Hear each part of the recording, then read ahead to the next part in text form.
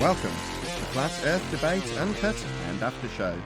I'm your host Nathan Oakley, and if you are new to this channel, or you've not done so already, then be sure to subscribe, hit the bell notification icon and join button to become a Nathan Oakley 1980 channel member and keep up to date with the Flat Earth Debate. If you'd like to support the channel, there is a super chat that runs alongside each of these shows while they premiere, and there's also a PayPal, Patreon, crypto and thanks button in the info box below the video.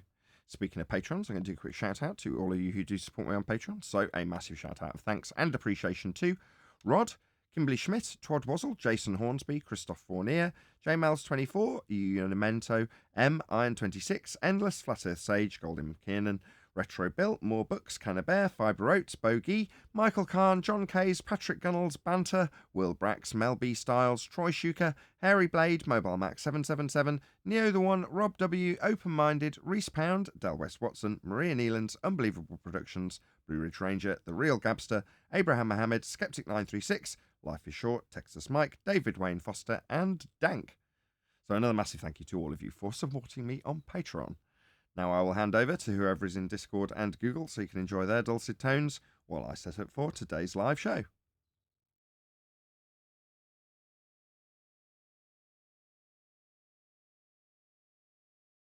Maybe. I don't know. That the UAPs. distraction narrative. UAP. Yeah, that's, I mean, it's, who knows? That's what they're saying. One of them was cylindrical object or whatever the fuck, you know.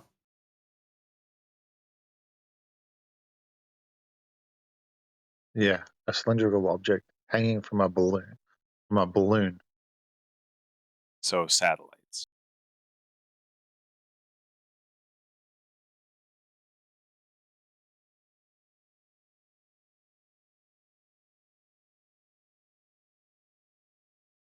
It's crazy. It looked like one was actually like still trying to fly away after he got shot by a missile.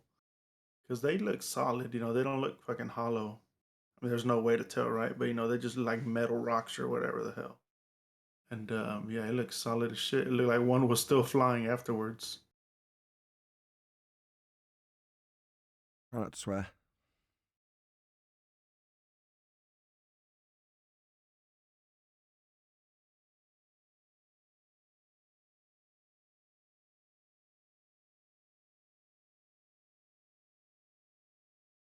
Imagine if you were the fighter pilot tasked with shooting a balloon down with the whole world watching and you missed. Every missile nowadays has a tracking, homing type system on it. There's no missed missiles. They're too expensive.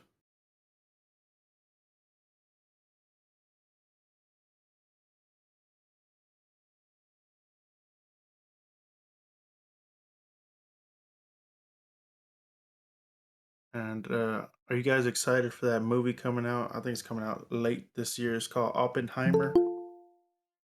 Or it's about the dude that made the first atomic bomb or something like that. Yep. Neil. Anyway. And no, not really. I was excited to see Avatar, the new Avatar, and I did see it last week. Ultra 3D. You had your 3D glasses Hold on. Yeah. Listen, Gene, before you start talking about movies and everything, we got to adjust the situation from Friday. All right? What happened Friday? Was Friday the day the baller was on?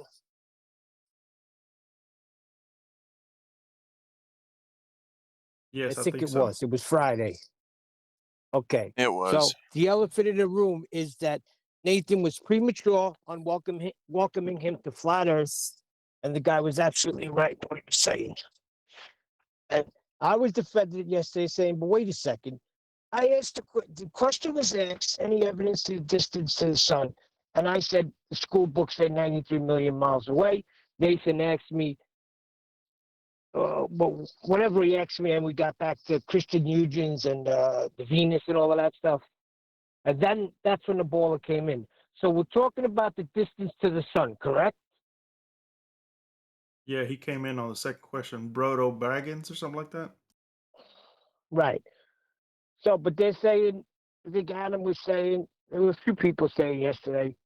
So I said, then why the heck didn't you bring it up? Well, why sit on it? I'm sure if Nathan hears and he agrees that, yeah, he might have jumped the gun a little bit, because it eventually is going to get there that he's still going to need a flat Earth, no matter what you do, if you're getting your distance to the sun from that, right? So anyway, what say you, Nathan? Or that little trick where he alluded to just the acquisition of an angle without reference to the ground. Correct. No one They're seemed to pick saying up he on the was fact right that. about that. My bad. You just answer for me now. I'll carry on. No, I just want to finish what I was saying. They were saying you jumped the gun on that. Yes, that's what I'm talking about. So I'll be quiet.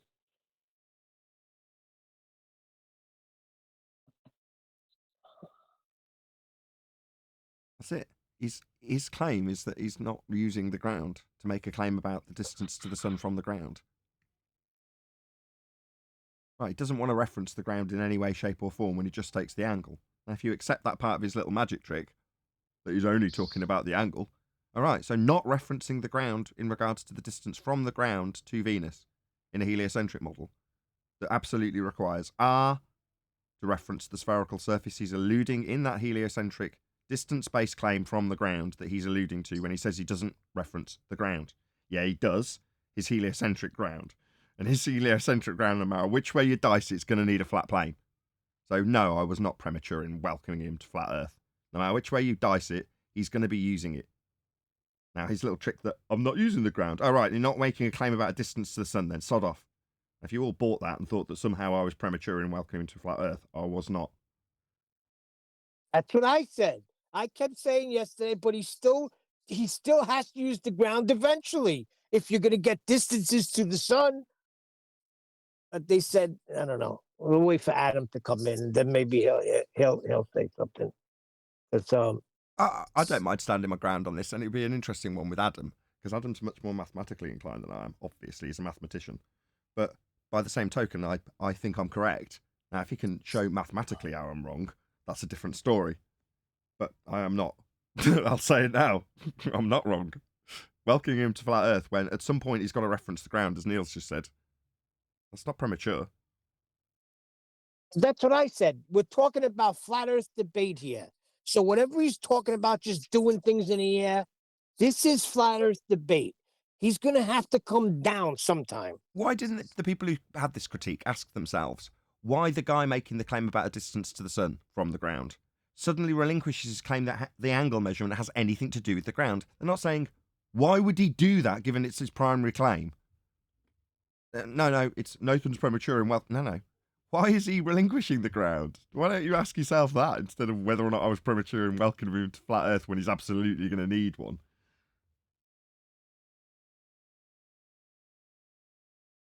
Well, I think it might go a little deeper than that. I think it's not just that. I wish Adam would come in here because he was saying something yesterday, and I was like, and then Anthony was saying something. I was like, I guess, but I'm still saying he has to come down to the earth. So I don't think he's wrong for welcoming him right away because he's going to have to come down to the flat I'm glad Earth. you're being defensive on me, Neil, but by the same token, we both, you and I, accept that what this platform is hyper-specific in regards to how we approach things. So if there is some sort of critique to be had, you know damn well I'm just going to take it on the chin if I'm shown to be... I don't think I'm going to be shown to be wrong, but if someone says, oh, you could have approached it this way for a more efficient outcome, then perhaps I'll accept that. I say perhaps because, I don't know. We'll see how it goes, eh? Now, but that dude was running red lights since the first time he opened his mouth. Yeah, I agree with that. I agree. And Brian was saying was what had your back too, but Yeah, because it's a flat Earth debate, and the question was any evidence of the distance of the sun, and he chimed in. So I don't care what you say.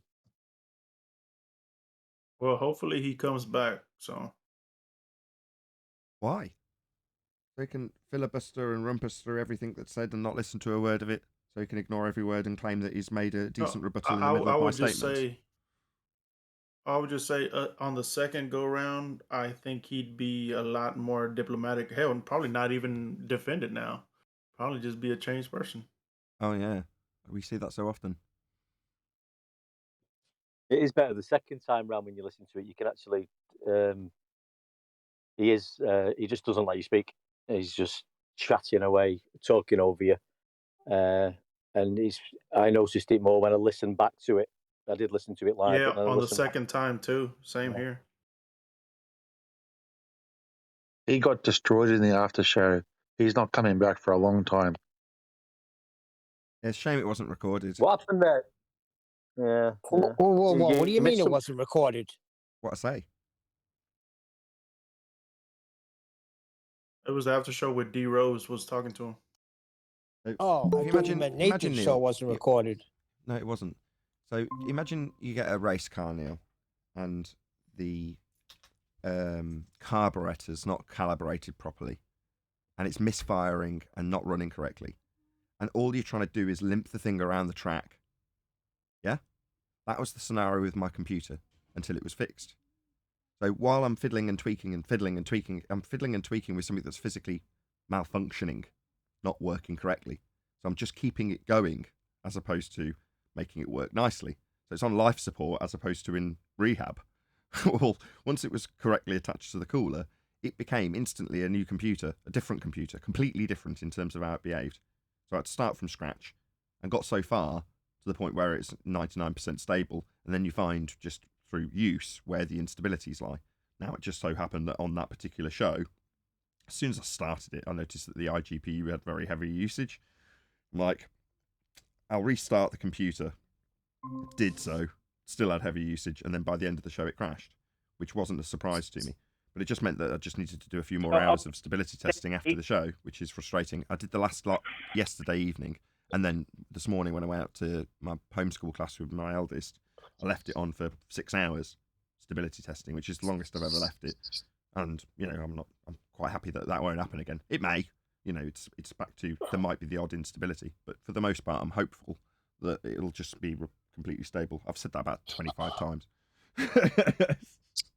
So you said it was on life support. So that means nothing was recorded.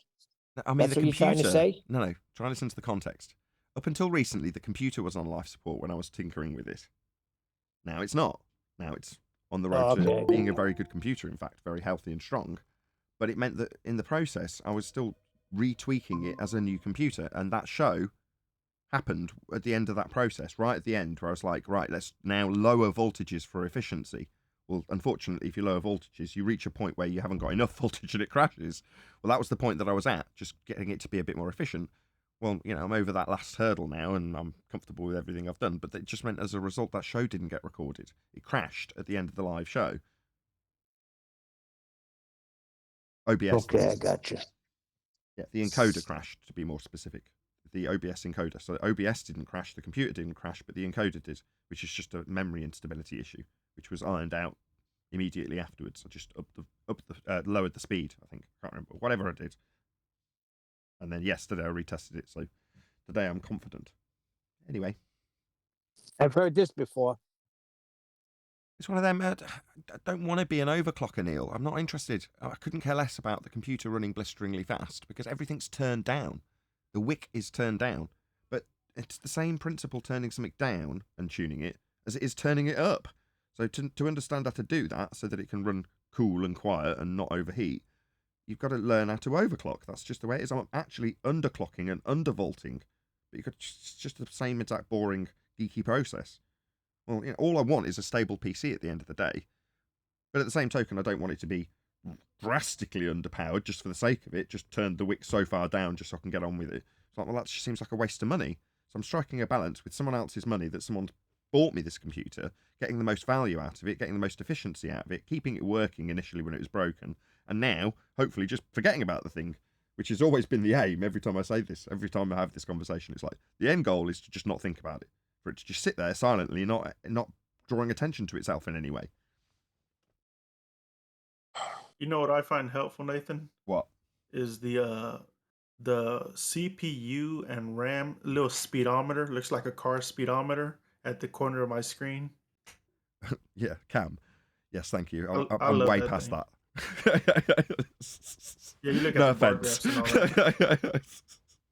No, but I just like the animation of it, you know. But yeah, I I'll did run the little too. bar graphs. and everything. I Each get core- it. On the old system, I had Cam because I like the little dials, and I could see. Oh, look, I'm getting up to 4.2 gigahertz. Oh, isn't that cool? Oh, look how fast the first RAM. Yeah, I'm ramping going. up. Yeah, great. But now I'm way beyond that. Now I've got hardware info and task manager running to see how much core usage I've got and how much everything's getting hot. Or I did. Now I don't. I actually don't have hardware info or the task manager running this second because I don't see the need. The computer seems, I say that, it crashed 2 days ago, but it seems much more stable. So I'm not paranoid about it. Yes, it's going to occasionally crash, but that's the normality of having a new computer, which this still is as Was of that about the 2 weeks software ago. crash? Say again? Software? Was it software crash? Yeah, it was the encoder, the iGPU encoded that encodes the stream for OBS crashed. Yeah, memory instability. The iGPU uses onboard memory, i.e. RAM, instead of a GPU which would use its own faster type of RAM, which isn't the same. But this uses system RAM, so the RAM has to be incredibly stable to run the iGPU under incredibly high loads, like a game. So encoding the stream and recording the stream on the iGPU is like running a game on the iGPU. It's just as much load. And yeah, it has to have completely stable memory, otherwise it just crashes the encoder. And then you just, that's it, that's the end of the recording. And you can't reset it unless you restart the computer. All right, refracted curvature is here. You want to reiterate what we were talking about yesterday? Was Adam here And we yet? got a newbie in as well. I was about jumping the gun on that guy. Yes, I brought it up to Nathan, and he doubled down and said no, he was not wrong about jumping the gun. Well, you weren't. Hold on, that's a you new weren't phraseology. wrong. Hold on, that's a different phraseology than you use. Jumping the gun is something that you might be able to say, yeah, okay, you missed out the B and C of it when you said welcome to flat Earth. And that I would concede, because my weasel words to you a moment ago, Neil, were he was going to get there eventually by one means or another, or words to that effect, right? Well, that is effectively me disclaiming that I've missed out the B and C of it. So if John's about to say, you didn't have the in-between step in there, and I go, no, I didn't, but he would have had to have used it eventually. He was trying to get away from it by saying he hadn't referenced the ground when he got the angle. So I knew he was going to get there eventually, but did he? No. So from that, jumping the gun is a different phraseology. Maybe he'll have me over a barrel here. Go ahead, John. I just wanted to preface that. Weasel. Well, that's all it was jumping the gun. I mean, like you said, he's going to have to go there eventually. But, you know, we were talking about it, and there's no point in destroying somebody. He may not even known how to get there, you know? He might have just been saying the transit of Venus and had been like, well, what does that prove? And he would have just drooled a little bit, you know? So, it just, maybe it's a little bit too quick, you know? That sharp sword might have hacked his head off a second too soon. Hold on, jumping the gun is the same as welcoming to flat Earth too early. It's the same thing. It wasn't too early. No matter what way you dice it, Neil, it's not too early. Premature is how you phrased it. No, it wasn't premature. In his argumentation, he has a necessity for a flat plane. Doesn't matter which way he's going to get there. He has to get there. Did he verbally do it? No. So their critique, that's John's in this instance, is perfectly valid. I'll take it on my chin. I could have been a bit more slick and got the B and C of it in there for the audience. I didn't. So, fair comment. But when you say prematurely welcomed him to flat Earth, no. He absolutely required a flat Earth at the point that I welcomed him. There was no two ways about that. Now, the fact that I can dissect it for you, and I did just before John got here, within about 30 seconds, indignantly, is the reason why I welcomed him to flat Earth, because he definitely got there. Now, is that 100% clear in the normal for example, begging the question, proof of nothing perspective hijacking curve calculator has got every base covered so that I can make that disclaimer and justify just slicing someone's head if I've weaseled that in there. Well, in this instance, do I have that sort of terminology to weasel in there so that I can disclaim it with perfect justification? Not yet. I'm not going to say it was premature. He needed a flat earth.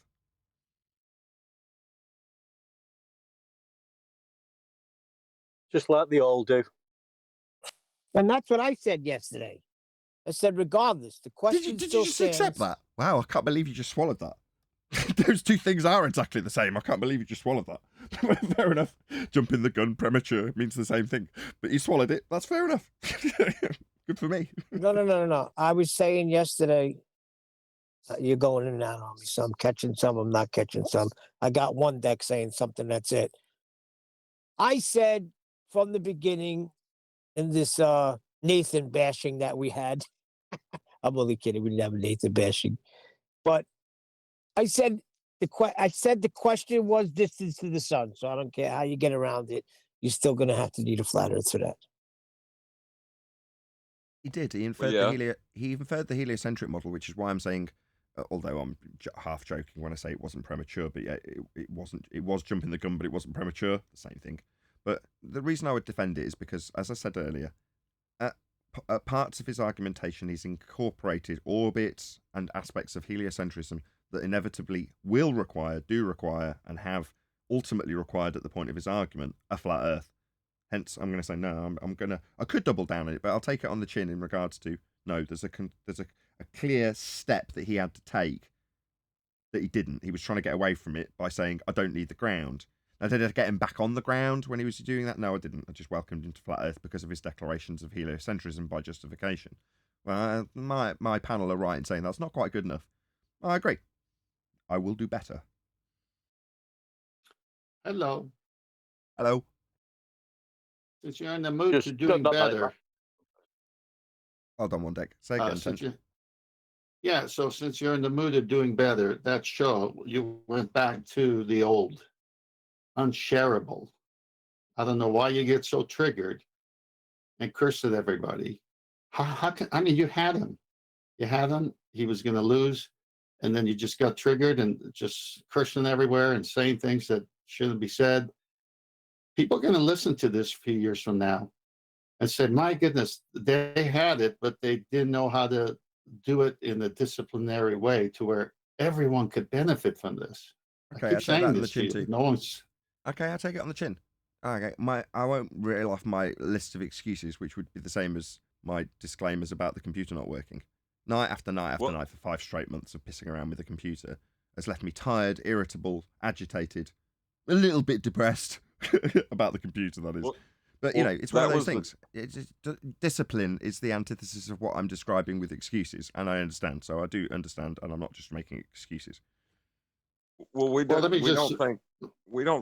we were talking about it, we didn't think, we took that into consideration, you know, that you were frustrated with other stuff.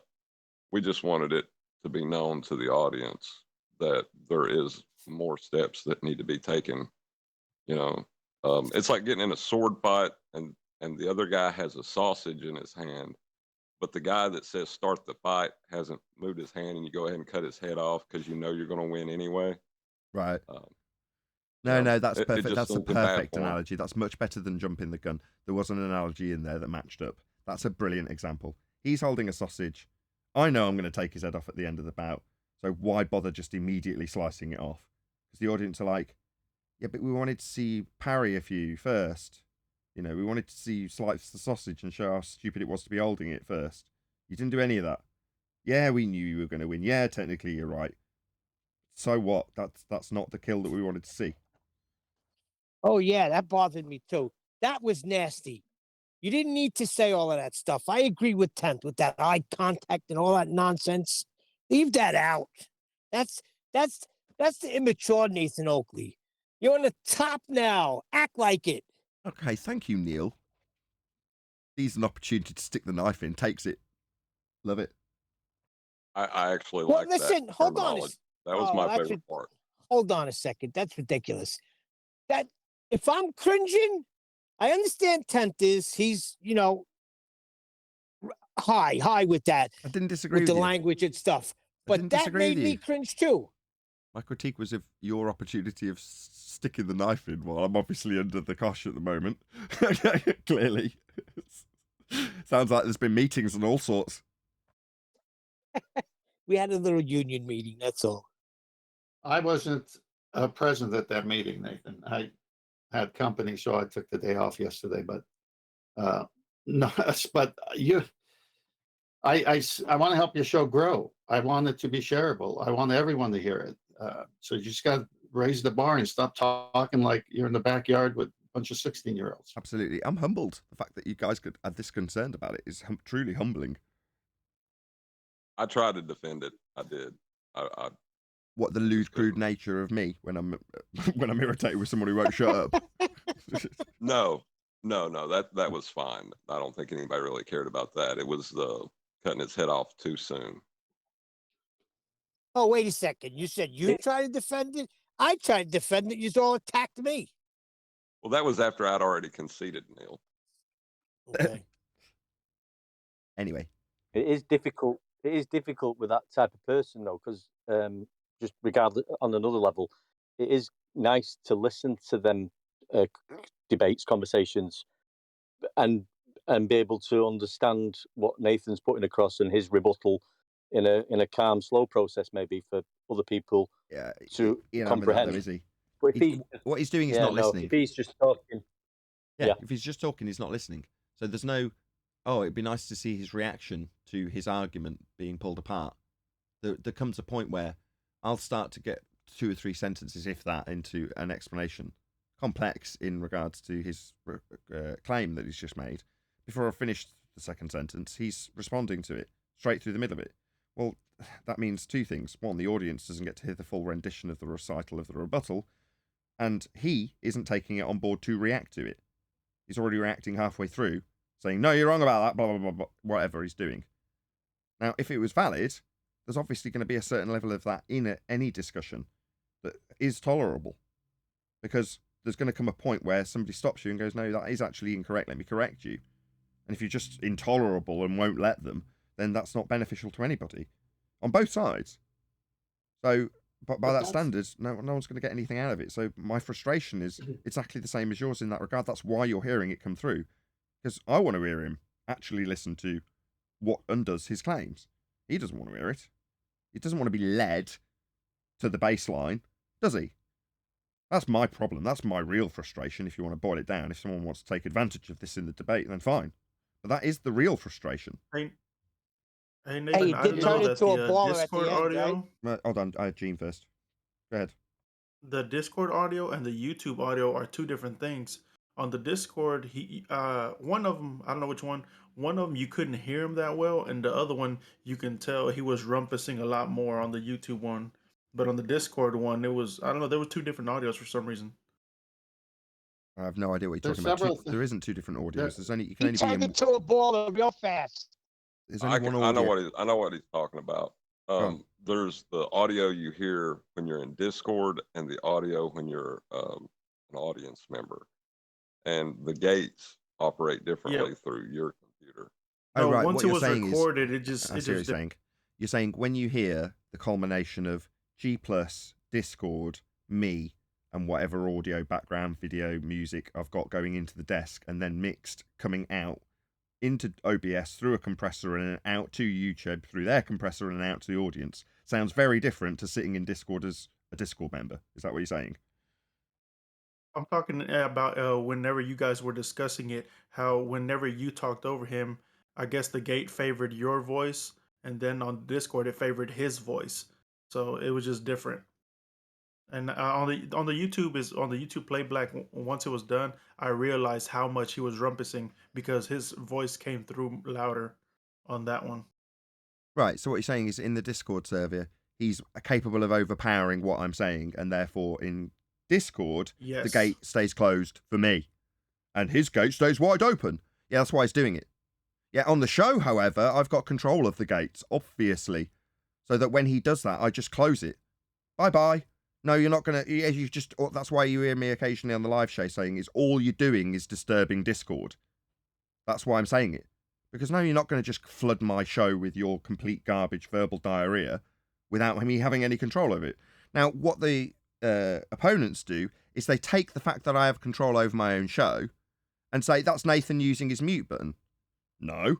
When someone talks straight through the middle of a rebuttal they're receiving, and I close down the line to stop them doing it, that's me having control of the show as a producer.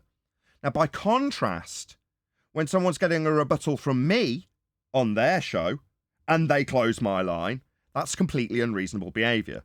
Now, whenever this comes up in the past, my panel members are always around me saying, you'll never find an example of Nathan shutting someone down in the middle of a claim they're making, or in the middle of a response to a claim that we've made. That won't ever happen. It's totally unreasonable. It happened to me all the time when I was out in the debating circuit before I started the show. And it's the primary reason why I started the show, because I didn't want the information about Flat Earth to just be censored. No, we're not going to hear you waffling through us because you're disagreeing. Mute. And do you want to see examples of that? Watch me on Charles or on Earth Chronicles. You know, me explaining, no, I've tried to respond to this 3 or 4 times, and every time you've just talked through the top of me, mute. So that's unreasonable. That doesn't happen when they're fundy muting. They're doing it so that I have to close down their line, so I can say, there you go, he muted him.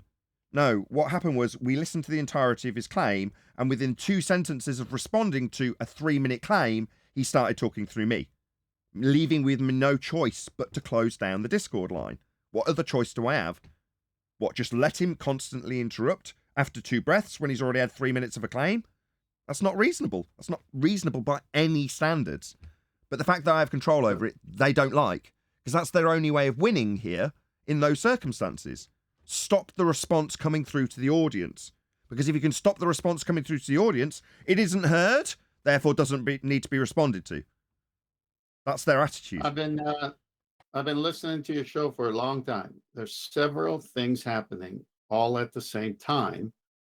Let me rephrase that. There can be several things happening because your show is of such manner and this history of them doing it to you and them saying you're doing it to him.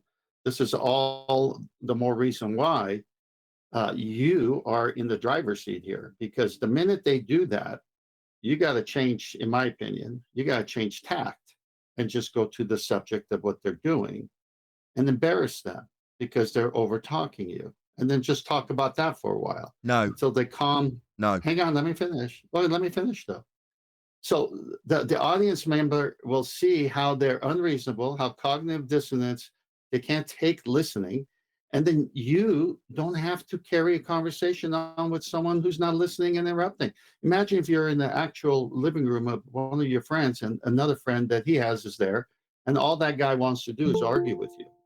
You're going to ruin the party if you do that with him. Just say, I'm not going to talk to this guy. Okay, but he's unreasonable. The purpose of doing that is so that the devastating point that you've reached in the discussion, normally the point that they interrupt, doesn't conclude. This is Anthony Riley's input into the Flat Earth debate, which is to say that there comes a point when the discussion reaches a conclusion that they do not want to concede, and they will do everything in their power to take it away from that conclusion so that it doesn't get heard by the audience. Now, if they can leave enough distance between the original claim, the rebuttal, and the conclusion, then they're disjointed enough for the audience not to appreciate how their argument's been pulled apart. Now, if somebody just constantly interrupts in the middle of the rebuttal to their claim they've made, which has been heard clearly, and the response is never heard clearly, instead we go on to a discussion about how they're interrupting to highlight their rudeness, then the conclusion doesn't come. No, that's not what I said. And what you just did is what I wanted you to do on that show, is give that summary and then give the guy a chance to change. If not, then say goodbye, come back later. What you just did as a summary is what I wanted you to do. Can't humiliate these people, though. Then you're not giving the conclusion to the rebuttal. No, you give the conclusion the way you just did by explaining how he's avoiding it. The audience is now savvy to this trick and waiting for you to allow him to either come back and give the conclusion or continue in the mannerly way or say bye-bye, and then you now give the summary and say why he won't give the conclusion, because it's a devastating point. And since the guy already had 2-3 chances by the host to do it, and with it, the audience says, you know what? He's right. They're afraid of it. So now you're teaching your audience this method, but still having control of your show without going all left or crazy. Okay, sounds easy, not as much in practice, but yes, I'll take on board. Well, what I you're do saying. it all the time, Nathan. I talk to people who don't want to have this conversation, but at first they say they do. I say, listen, didn't you start this?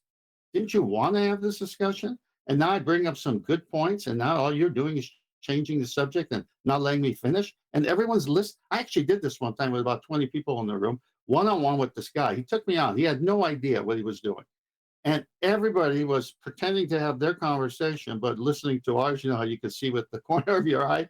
And this guy lost, and then conceded and said, well, we're just going to have to agree to disagree. And I go, no, you lost.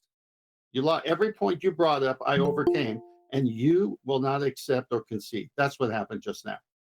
And I finished got it a that video way in front of everybody. Did you have a video that you Hey, wanted us guys. to cover, Brian? I know we've only got a couple of minutes. Good morning, guys. Or me. Hey, it was me. hey, hold it. Hold on one second, Gene. Did you last time we were on the show, Brian? I vaguely remember you wanting us to cover a video, or were you passing it via 10th Man? I don't even remember what that was, Nathan. Oh, okay, I'm scrolling up through sorry. masturbators and I just cannot seem to find. I do remember, but I'll let Brian finish, and then if he wants it, fine. If not, I got one.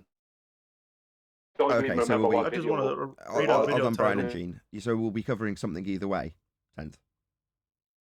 Found them. Yes, I'll post it for you. We'll cover something either way. Well, I found them. So we got the 5 most promising ways to quantize gravity, and the most delusional conspiracy theory - flat Earth theory. As Brian did share them or took the time to actually suggest them, which one would you like, Brian? Hey, Nathan, can I just read a quick Oh title? my God. Okay, Brian. Thank you. I didn't watch any of them, Nathan. So, Well, then neither. I draw this question. It could be. I'd probably go with the gravity one. But either one, I couldn't say one is better than the other because they could be both rubbish. So. You want me to post one that I've watched? Good morning, guys. Not sure if you heard me. Hey, Chocolate. Good morning, Chuck. Hey, Chocolate. Doesn't seem to want to load.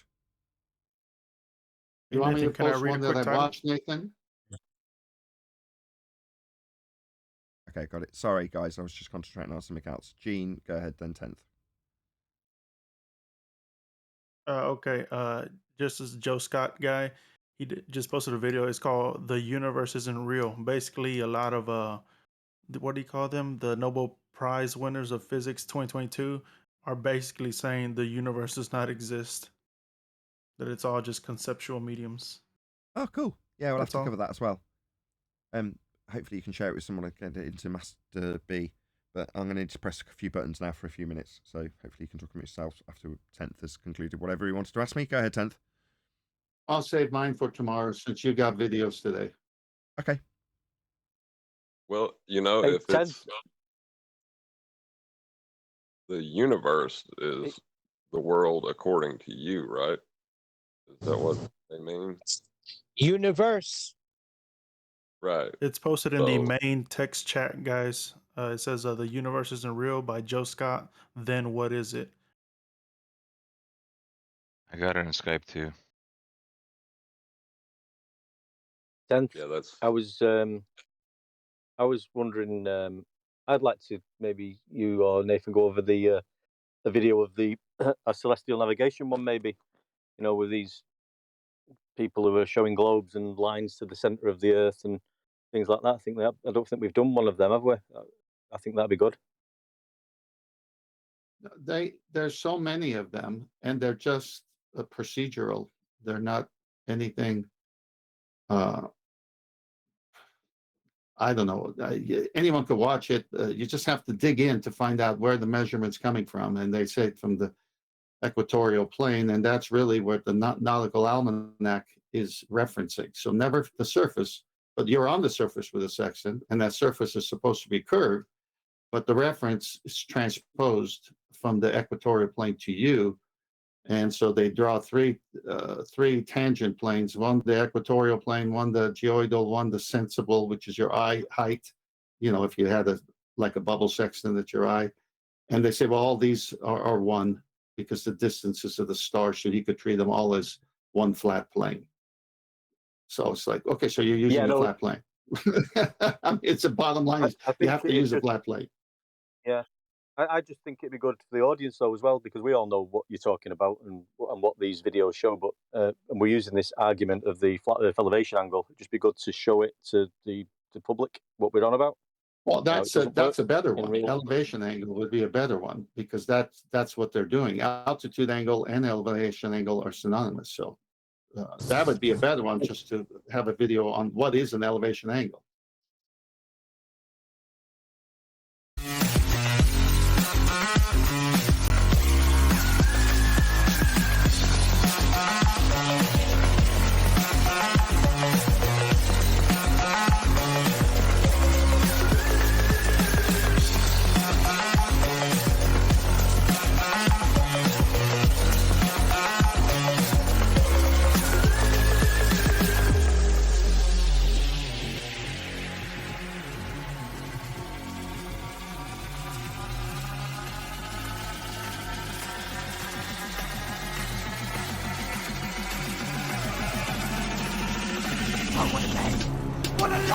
Welcome to Flat Earth Debate Live.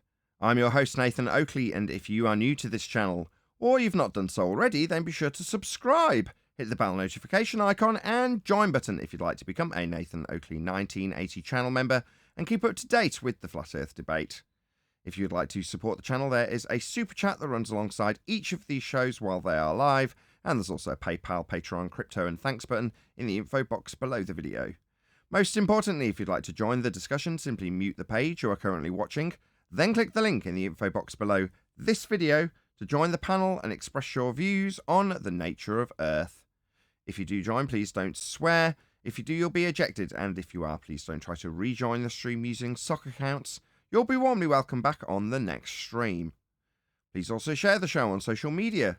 Sharing the show obviously increases the live audience, but this in turn increases the chances of a more diverse panel, so please share the show on Facebook and Twitter.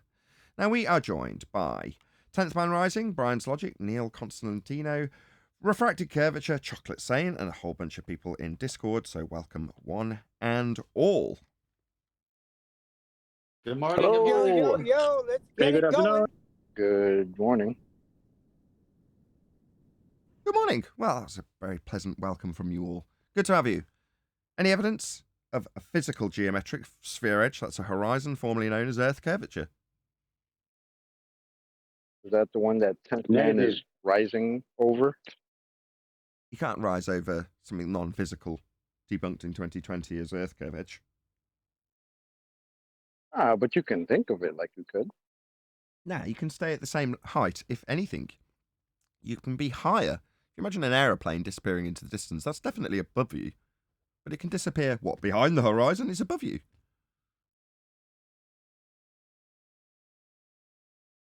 No way, the horizon has an address. It's got a postcode. Any evidence of axial rotation? Hang on. Oh, here we go. Hang on. I was waiting for you to respond. It does have an address. It's 1.22 times the observer's height in feet. It must be geometric. It must be physical, and it does have a accent. What do you call it? Address. And that address keeps to be changing all the time. Chocolate. What can cause that? In case there's Not a very good address there. In case anyone's not picking up what 10th Man's putting down, he's talking about Earth curve having a physical limitation to your view as a hill getting in the way. Now, all of this is not the case. We've debunked all of this, but that is what it is claimed to be. All he's doing with his jovial manner is laying down the actual globe Earth rhetoric. Those are literal globe Earth claims. That is to say that the horizon is a physical hill at 1.2 times the square root of the observer's height in feet that blocks your view as per a hill in the way. Nuts. Below surface level. And below it might sound below like the I'm level of the joking. surface in the maths. Yes, that's correct, John. it might sound like I'm joking when I say it's an address, but I mean they're literally telling you that an optical phenomenon has a specific place, right? That place where boats are supposed to be going over it, that's supposed to be a place. It's below surface level, chocolate. I wouldn't even pay attention to that nonsense. Oh man. Well, now chocolate's point is very strong, but I'll let Brian go first. Well, no, I was going to come in just before John did a few minutes ago. Technically, their claim officially has never been that the horizon is geometric. Officially, it's always been that the horizon is always refracted, so not geometric, always just optical. So it doesn't matter whether you see the horizon appearing to block something in the distance. It doesn't matter what the reason is, because it's not a physical thing. It's just an optical phenomenon, and that's official even within heliocentrism. So there's nothing to worry about. The refracted horizon is below surface level as well. Yes. And so John's got a point. The marked with an X labelled horizon physical geometric limitation to your view, aka a hill, alluded to be blocking boats and having buildings obscured by it, is actually marked in the maths at 1.2 times the square root of the observer's height in feet below surface level. So as much as the official rhetoric is to say that it's a refracted non-geometric position, the geometry and the assertion that X marks the spot, here's your Earth curve edge horizon, is definitely laid down in the begging the question, proof of nothing, perspective hijacking Earth curve calculator. Oh, don't get me wrong. Their geometric, their geometry is a back engineering of perspective. That is exactly where that comes from. But the problem is they can't, within their maths, they can show how Polaris would appear to drop for an observer if they went backwards down over a curved Earth. But in reality, all they can show you is someone going back horizontally and a Polaris appearing to drop due to perspective. So they can mathematically explain why something like Polaris would appear to drop as you move away from it due south. But in reality, you're not moving down over a curve. You're going in a horizontal, and Polaris is dropping due to perspective. Because within their maths, there is no perspective taken into account. So everything has to be Earth curve. It's either to do with the rotation, rotating you away and down away from a celestial body, or you literally moving away from or closer to a celestial body over a curve.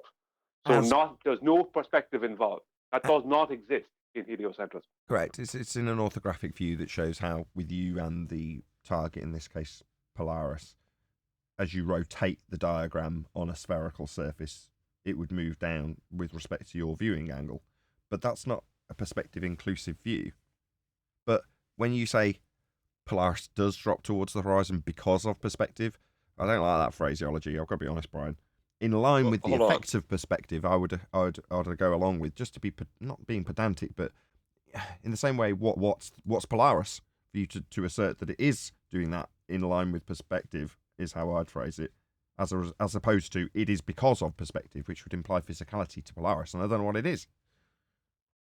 Well, perspective doesn't require physicality; just requires a consistent point. Well, hold on. I'm confused about something, Brian. You said that their maps have no perspective, right? And I seem to recall, like, when we first got into this being made fun of, they even made it, what do they call it? Perspective? But that's funny, though, right? Because that address that we were talking about before, when that address was placed into a specific argument, after that, we started getting rebuttals of, oh, but you guys are forgetting about perspective. How does that work? How did we forget about perspective? We didn't. It's projection. That was our argument. Yeah, we didn't. So in the Earth curve maths, any target that you're arguing about is going to be given to you in its mathematics in its feet and inches or centimeters and meters value. And that won't change with distance. So when they tell us, or did back in 2019, oh, you're forgetting about perspective. Oh, really? So do you want to show me within the begging the question proof of nothing perspective hijacking Earth curve calculator and its orthographic representation of the world and you viewing it in the same frame, where your perspective lies, given that the target doesn't change in size regardless of distance. If you're looking at a 100-foot building, you're looking at a 100-foot building at 1,000 miles. Yeah, it's still 100 foot. But would it not be too small to see? That's perspective. At 1,000 miles.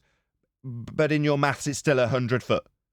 Now, you see, we have this thing called angular size. That is perspective. And you don't have that account in begging the question proof of nothing perspective hijacking Earth curve calculators, where they assert that a 10-foot wall is just a 10-foot wall regardless of the distance. Makes no odds that a 10-foot wall at 1,000,000 miles away cannot be viewed because it's too small, because in their curve calculator, the only reason anything disappears ever is because of the physical geometry of an Earth curve hill getting in the way.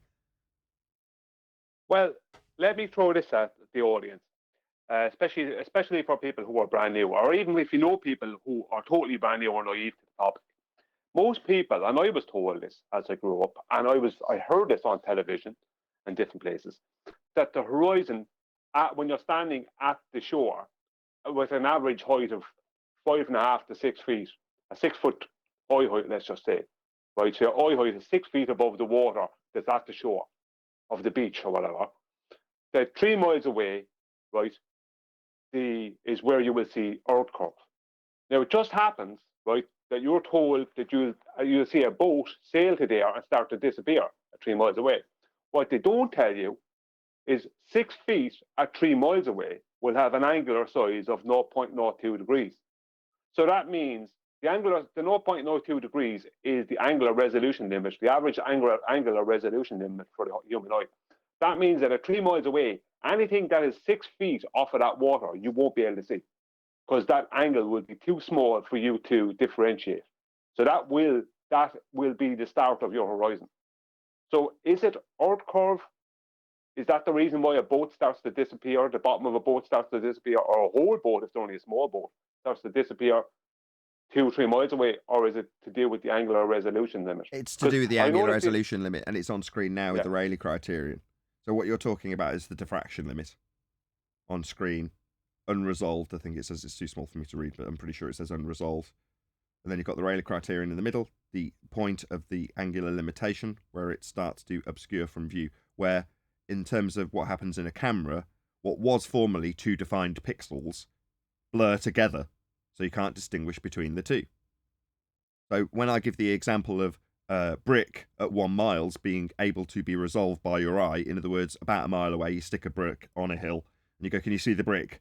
Yeah, I can just about make it out. And you go, all right, okay, let's move that same brick 5 miles away. What happens? Well, eventually it disappears from view because the angle is too limited for the aperture of your eye to resolve it. So it disappears into the distance at the horizon. Has it gone over any edge? No. It's just too small to see. Okay. What happens if you then build a 100-story building on top of that brick? Can you see the building at 5 miles? Yeah, you absolutely can. What about the brick at the bottom? No, the angle's still too small. It's the same distance and still disappeared from view, due to angular limitations against the deck, which limits the angle of your view.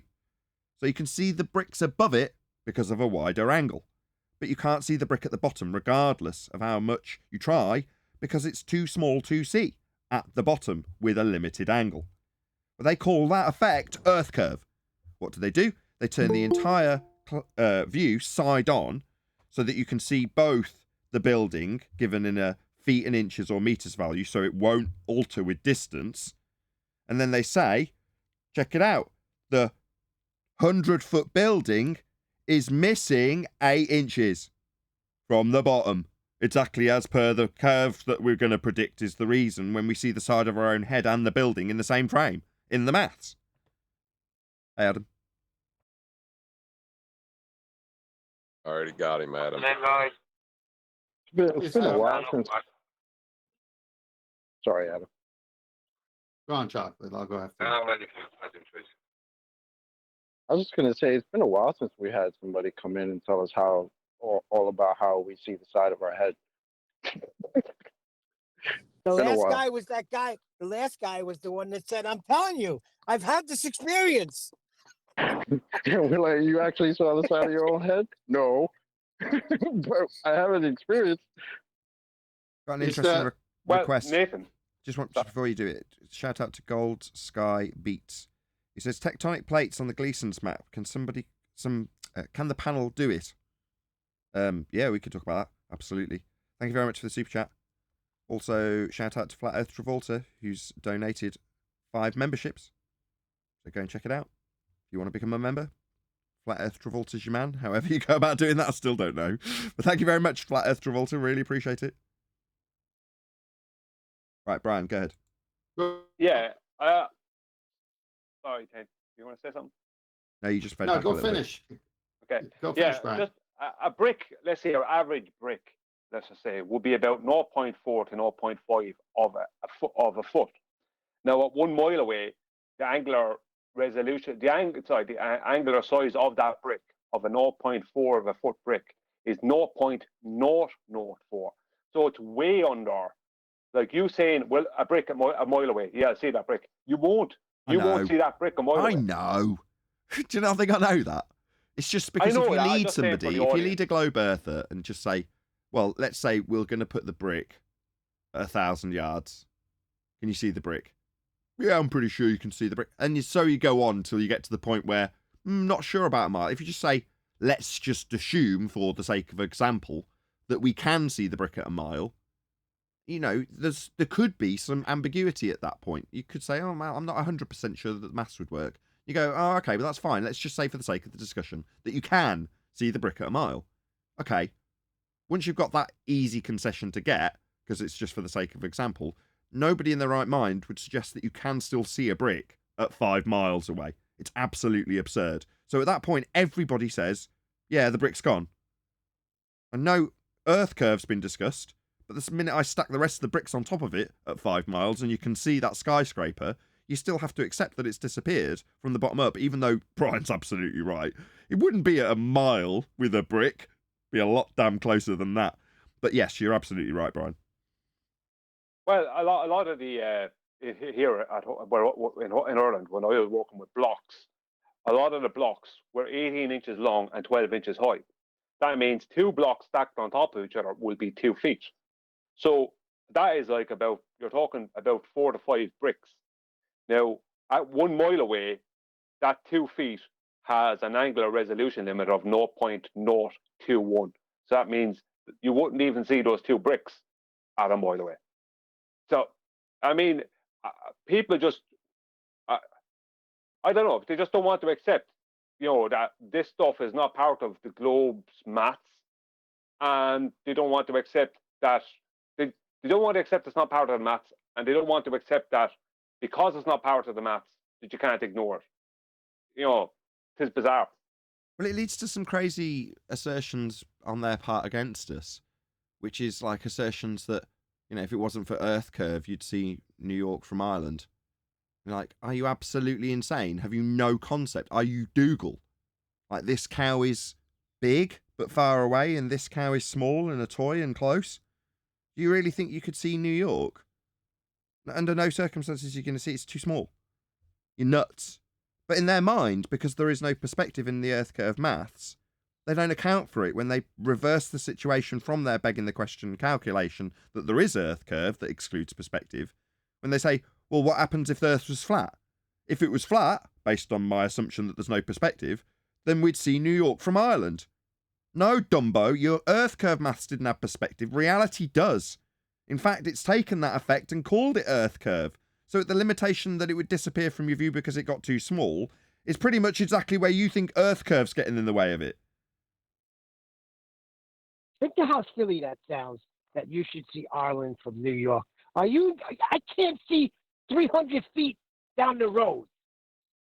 But that's because of a People are drinking-related crazy. problem, isn't it? What's that? Nothing. I remember Timmy Clown coming in here one time and saying that nonsense to us. Then I asked him, if there was like heavy fog out there, he like, I don't know, like, no. Like, all right, thanks. Yes, that Earth curve isn't the only reason that thing is just there. People are nuts. Okay. The horizon in the globe model, the horizon, is that Earth curve, Nathan? Yeah, In Earth curve maths, it Oh. is. Okay. Then it has an address. It's 1.22. Now, the horizon is also a baseline called 0. And directly above you is your zenith. So that's your 90. So your 90 and the horizon, 90 times 60 nautical miles is 5,400 nautical miles when the star or the sun is on the horizon. Now, if you just say, all right, let's just say it's 45 degrees above the horizon. Well, that's 2,700 nautical miles. This 1.22 is the address of Earth curve. And yet, the star is not even near Earth curve at 45 degrees above the horizon. And it's 2,700 nautical miles away from you. The baseline destroys them. I would say that, hold on a sec. I would say that the Earth curve mass and the globe model have nothing to do with each other. I just want to add that horizon being called having an address that's copyrighted before Arwin steals it from Brian in 2 weeks. If you go far back enough, and since I'm twice your age, you lose. I think there was an overarching point that John was trying to make that nobody picked up on, or maybe not. Right. The confusion of the Rayleigh criterion with something we consider Earth curve, right? And they call Earth curve mass, has nothing to do with the actual globe model. When you take the celestial sphere flat plane model and apply the Habersign formula and transform it into the globe, they're not connected in any way.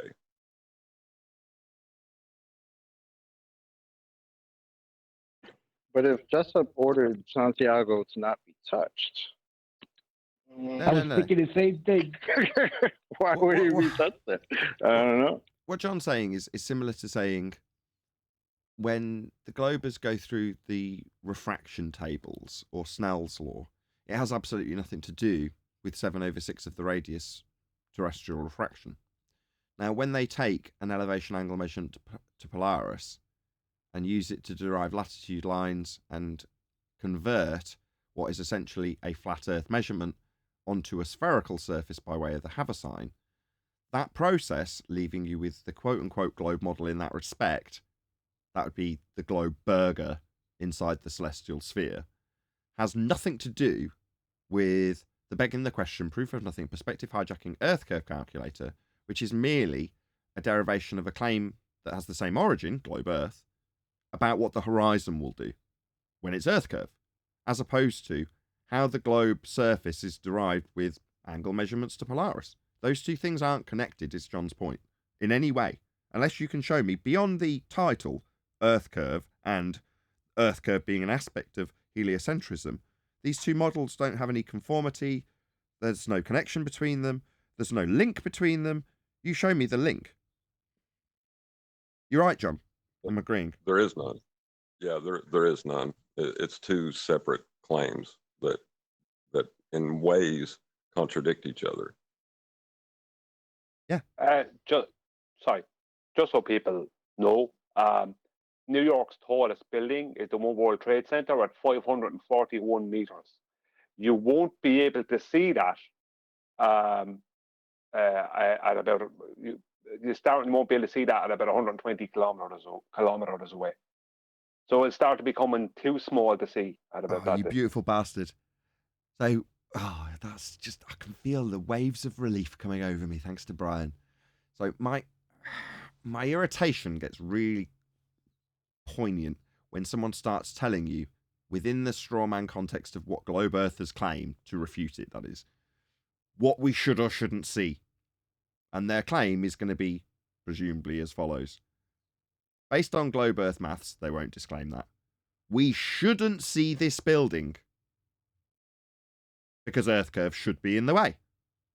Now, phrased it that way to make it absolutely abundantly clear how that phraseology from a flat earther is actually interpretable. We should not see beyond what we are seeing because we should have Earth curve in the way. How irritating to hear that come from a flat earther, I feel. Maybe just me. Yeah? No. We see what we see. The reason we see it is because we've got eyeballs. There's no other justification. Well, Brian's just defeated that. I don't like it. I can't say that anymore, can I, Brian? Because you've got a feasible, reasonable, demonstrable, justifiable way of phrasing the same thing. Nah, we should not see beyond this distance because it's beyond the angular limitation and aperture limitations of your eyeball. That's a perfectly reasonable assertion to make in terms of what we can and can't see based on the limitations of your viewing equipment, your eyeballs. Well said, Brian. I like it a lot because I can get right behind that rather than getting irritated by people saying, we shouldn't see this far. What do you mean we shouldn't see this far? You are seeing that far. Well, what people have to take into account is that this is like that is a scenario where you're purely working off of a totally horizontal plane and there is nothing in the way. There is no air. You're not at sea level air. You can't often see a boat that's moved away from you a mile or two. You start not being able to see the boat. It starts becoming miraged, all this kind of stuff. So, like, even these, what we're talking about here is even fantasy because that's perfect situations that don't exist in reality. In reality, there is going to be temperature, there's going to be air, there's going to be mirages and swells on the ocean. So all these things will stop you from seeing New York. But it doesn't matter because at about 150 kilometers away, like the New York's tallest building, and this is not even taking into account visual occultation, which would stop you from seeing it in the first place. You won't be able to see it. You just won't be able to see it. Under perfect situations, that would be only a dot on your horizon. Right. Okay, Brian, so just a quick shout out to sorry. Heather who says, so at Godzilla37 at space _ audits #08 : how much math became reality? 42 views. Emoji. Shaking my head. I have no idea how to decode that, but thank you very much indeed for the super chat. Just to add on real quick to Brian's point, remember some of the rebuttals we got to the Black Swan? I mean, these are the people who think that if there were no atmosphere, we would see less. Remember that? Yeah, they're saying that when you have severe refraction, well, that means you can see the horizon miles and miles and miles away. You know, the hill that's supposed to be getting in your way geometrically, blocking the oil rigs, that's now projected behind the oil rigs. Okay, so what you're saying is this effect that's creating refraction, normally making visibility worse, is making you see for miles and miles and creating the illusion that a hill has projected itself behind something it's supposed to be blocking. Wow, this refraction's amazing. What's the formula for it? Oh, the formula for it is debunked by the fact that I now say we have a refracted horizon because the horizon needs to be geometric to acquire the R in the terrestrial refraction assertion I make in heliocentrism, because it's got an R in it. Yeah, and the only reason we don't see the geometric horizon at 1.22 times the square root of the observer's height in feet at 1 foot is because, we have atmosphere. It's incredible. Yeah. Well, this goes to Brian's point. They can make 7/6R anything because they just flatten it out longer on the days you see more. Yeah, but you're going to need R for that. Right, should we go on to for the Sabine? first instance. Let's move on to Sabine. So we've got a video that we're going to do reactions to. Now, I've been shared this by Brian. Normally, I'm very complimentary to 10th for his excellent choice of videos, but Brian hasn't actually watched this. So we only found that out in the pre-show. But there we go. The 5 most promising ways to quantize gravity. Should be interesting. So we're going to give this a bash. And as I've not watched it and neither of any of the panel, I don't know how this is going to go, but feel free to pipe up if you've got anything to add. I've come up with to quantize gravity. But before I get to that, I want to tell you why it matters. That we do not have a theory of quantum gravity is currently one of the biggest unsolved problems in the foundations of physics. Okay, there's the first problem. If you haven't got a theory for it, why are you talking about it? If it's not a theory, what the hell is it? Because you'd have something in scientific validity if it was physics. Physics is dealing with the physical. And if you're talking about science, i.e. having theories, then your theory would have come from an experiment, which would have come from a hypothesis, which would have come from observing something in nature. So you've got none of the above, but yet we're talking about it. Quantum gravity, that is. Yeah, that's you stealing valor from actual science, isn't it? A lot of people, including many of my colleagues, seem to think that a theory of quantum gravity will remain an academic curiosity without... Theories, to be labelled as such, have come from the outcome of a validated hypothesis test, aka experiment, after observing something in nature that you want to know the cause of. So what, it's always going to elude us, the theory? You're about 5 steps ahead of yourself. Let's start at the beginning, love. What's the phenomena we're talking about? Quantum gravity? Oh, right, I see. So a bastardization of something with scientific validity, that's quantum, mashed in with an Einsteinian fourth-dimensional space-time bending. But you think a theory will elude you? Yeah, a phenomenon will elude you, love. Practical relevance. I think they are... Practical relevance? Why the hell are we discussing this then? So this has no practical relevance. What are we? 28 seconds into a 7-minute video, and this is of no practical relevance. Oh, God! Quick! I'll tie myself down for the next 7 minutes to listen to this horse shit then. Are wrong. That's because whatever solves this problem will tell us... So what problem? We've got no phenomena, no theory. The scientists, in quotes, are saying that there's no practical application for it. Suddenly there's a problem. What? I don't see any problem here. Just a lot of wasting of everybody's time. Something about quantum theory, and that is the theory on which all modern electronic devices run. No, that's quantum mechanics. Yeah, that's actual science. This has sod all to do with gravity. Like the ones on which you are watching this video. Maybe it will take 100 years for quantum gravity to find a practical application. Right, what is it? You've just told us there's no theory for it, so there's no scientific experimentation for it, so there's no hypothesis for it, so there's no phenomena for it, but you're telling us it might have a practical application in spite of the disagreeing scientists that say it doesn't have any. What, this non-theory that you don't have and won't have for 100 years potentially? But you're worried about the practical application for it? What you're doing is taking something that is superseding you.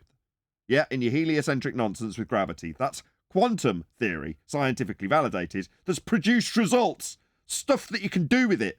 For all you science deniers, actual science deniers out there, go and look at what a semiconductor is. She's stealing the valor from actual science to bolster her maybe have something useful in 100 years, non-theory, with gravity smashed in, and then talking about computers. How dare you? Got sod all to do with Einsteinian gravity. And you're mashing it up with something that's actually provided useful stuff in the world because the science behind it, actual science behind it, isn't going to lend any credit to this crap that you're about to spurt to the audience. Or maybe it will even take 1,000 years. Maybe! But we can still waste 7 minutes talking about it now. But I'm sure that understanding... Go on, John. I was going to say, you can never combine gravity with quantum mechanics because it would contradict the uncertainty principle. Correct. They're completely incompatible. It supersedes it. In the same way, Newton was superseded by Einstein. Not that there was anything in practical application or physicality that Einstein had to offer, but in their rhetoric it superseded it. This matter-of-factly supersedes the incompatible Einsteinian fourth-dimensional space-time bending nonsense. I find it funny that she would say something like, "Oh, what I'm about to talk about has no practical relevance in 100 years, and then maybe even in 1,000 years." So it's like if you're listening to what this lady's saying, it's like, oh, so you're about to tell me a cool story that has no relevance in reality. Why should I even continue to listen to this video? Exactly. So it's just a big fat waste of time then. Yeah. She snatched her whole own wig off in the beginning. Yep. Oh, what I'm about to talk about has no practical relevance. Oh, okay, thanks. I can go do something productive then. Yeah, it's the rumpus's So silly. trick. Disclaim it on the front cover in the first opening introduction about how useless and impractical and worth nothing this is. Oh, but by the way, the thing I've slapped on top of my out-of-date superseded rhetoric of Einsteinian gravity, that definitely had practical applications. You're using them right now. Yeah, you're not going to, actually use any of that useful practical technology that came from the science of quantum in your Einsteinian gravity. It's never going to happen. And you're disclaiming it right in the introduction that it's never going to happen for 1,000 years or ever because they're incompatible. Nature better will not forever remain a merely academic speculation. Before I go on, I want to be... Okay, academic speculation and science are just so far apart from one another. In the field of science, you study natural phenomena and establish the cause of it through systematic experimentation based on a hypothesis so you can form a theory about it.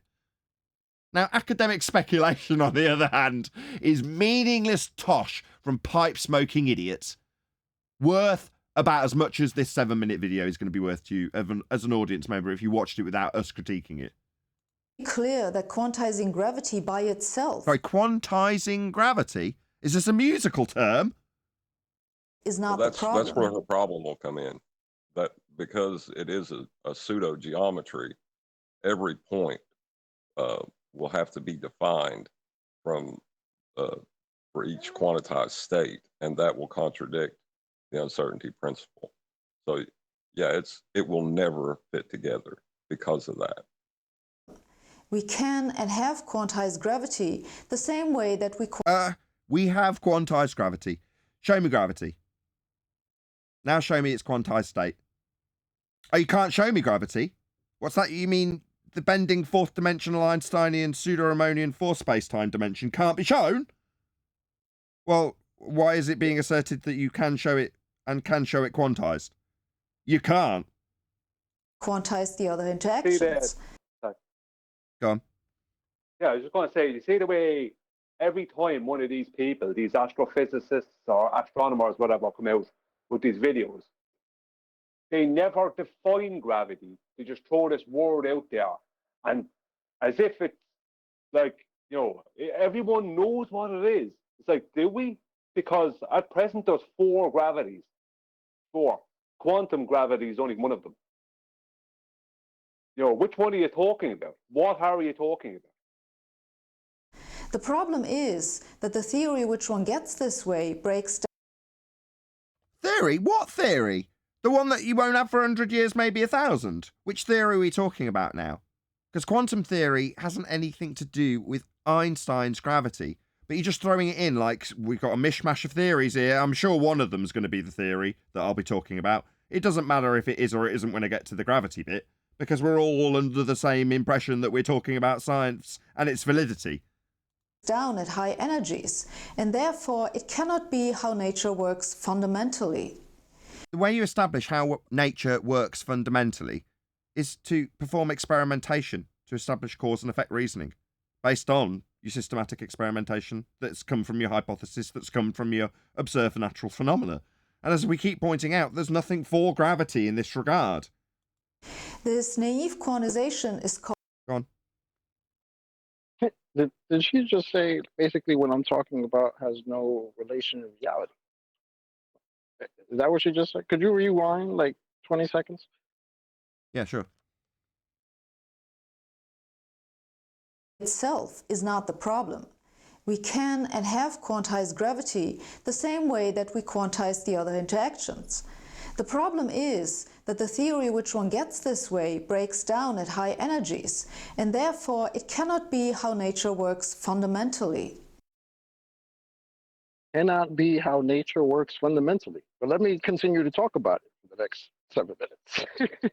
Yeah, well caught. So what she's essentially saying is the description in quantized gravity can't be how nature works. All right. You see, you're a bit arse about face when it comes to science, because science starts with you seeing how nature is occurring and wondering how it's working that way.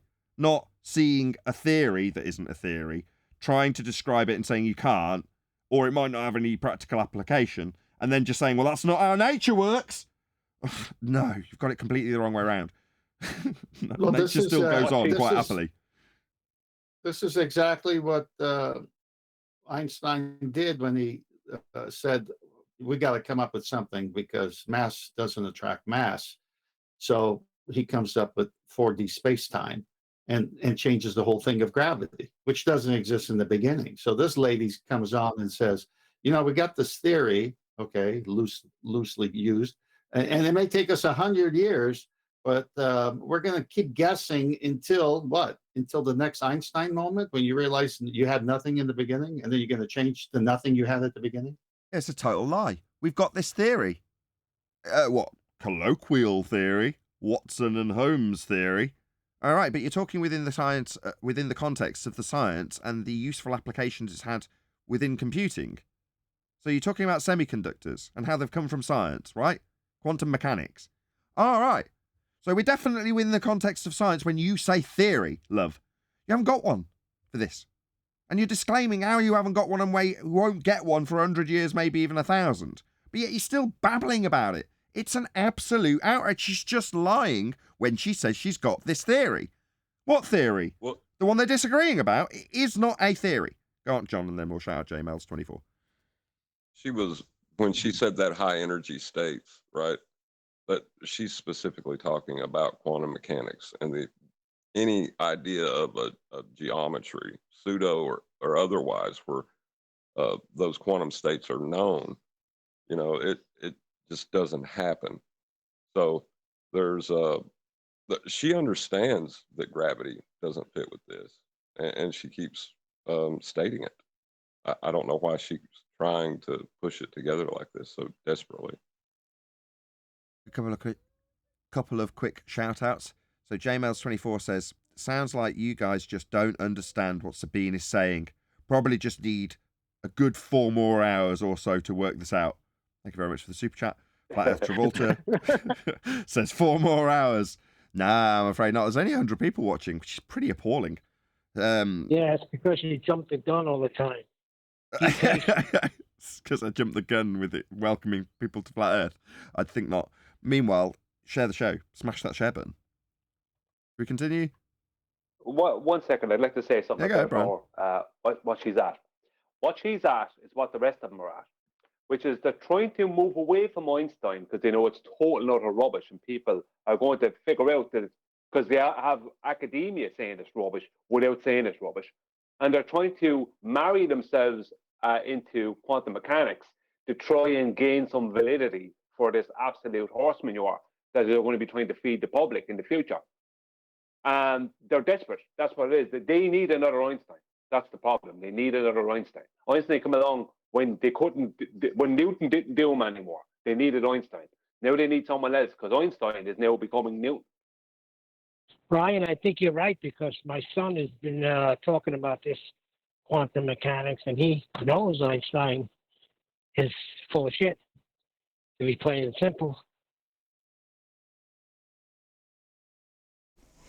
This naive quantization is called perturbatively quantized gravity, and it was worked out in the 1960s by Feynman and DeWitt and some others. Perturbatively quantized gravity is today widely believed to be an approximation to whatever It's believed to be an approximation, is it? Wow. I mean, this sounds so far away from actual scientific validation, it's untrue. And that's because it is untrue. is the correct theory. Back to using it as a theory again. I paused too soon. Go ahead, whoever. Hold on. Is science believed to be? I thought it was proven once you validate it with an experiment. That's correct. Science is empirical. Belief not required. Only one outcome possible based on the methodology employed. So the hypothesis construction leaves you with only one outcome upon varying that which you assume causes the effect you're studying. So if you vary something that you presume causes the effect you're studying, and it does not cause it, then the null is validated. It has a tick placed next to it. So the statement that's validated is if A, not B. You varied A, B did not happen. Therefore, tick. Well, the alternative hypothesis and alternative result in this case would be if A, then B. Now you varied A and B did not happen. It violates the law of non-contradiction to have both A causing B and not causing B. You can't both cause something to happen and not cause it to happen at the same time. Only one thing can be true. Hence, when you vary A to see if it does or does not cause B, the outcome is empirically validated. Either it causes B or it does not cause B. And once you find out that it does not cause B, that will always be the case. Or once you find out that upon variation of A, it does cause B, that will always be the case. It won't suddenly stop being the cause. Hence empiricism. There's no belief in that process. What I just described in terms of varying A to see if it caused B, that's an experiment. Once you've validated that A does cause B, you can form a theory. What she's talking about is completely devoid of any scientific empiricism or validity. That's why she's talking about belief.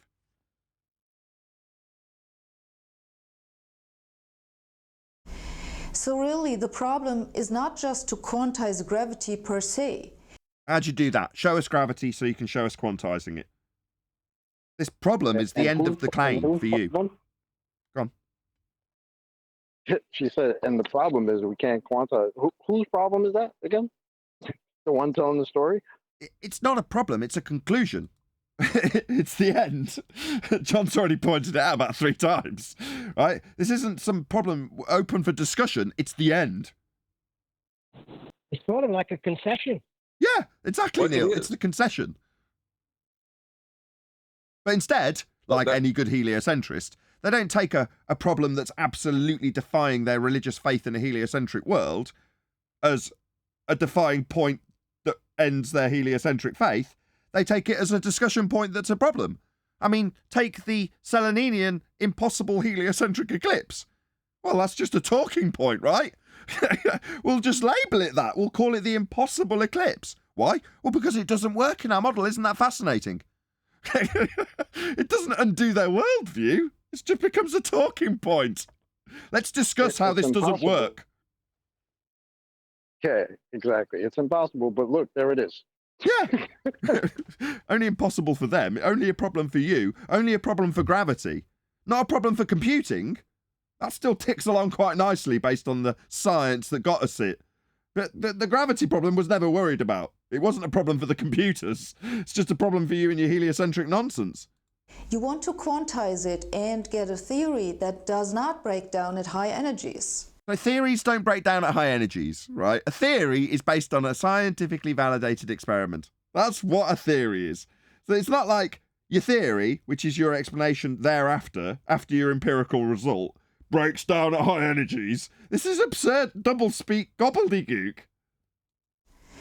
Because energies are proportional to frequencies. Really? What's that got to do with theories of quantum gravity? You seem to be juxtaposing 2 different things. Descriptions of theories that aren't scientifically validated with physically occurring phenomena that does have juxtaposable, influenceable, cause and effect reasoning that's given us technology.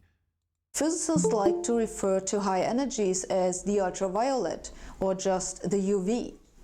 No, that's just a way we describe light after seeing its interference pattern, aka diffraction.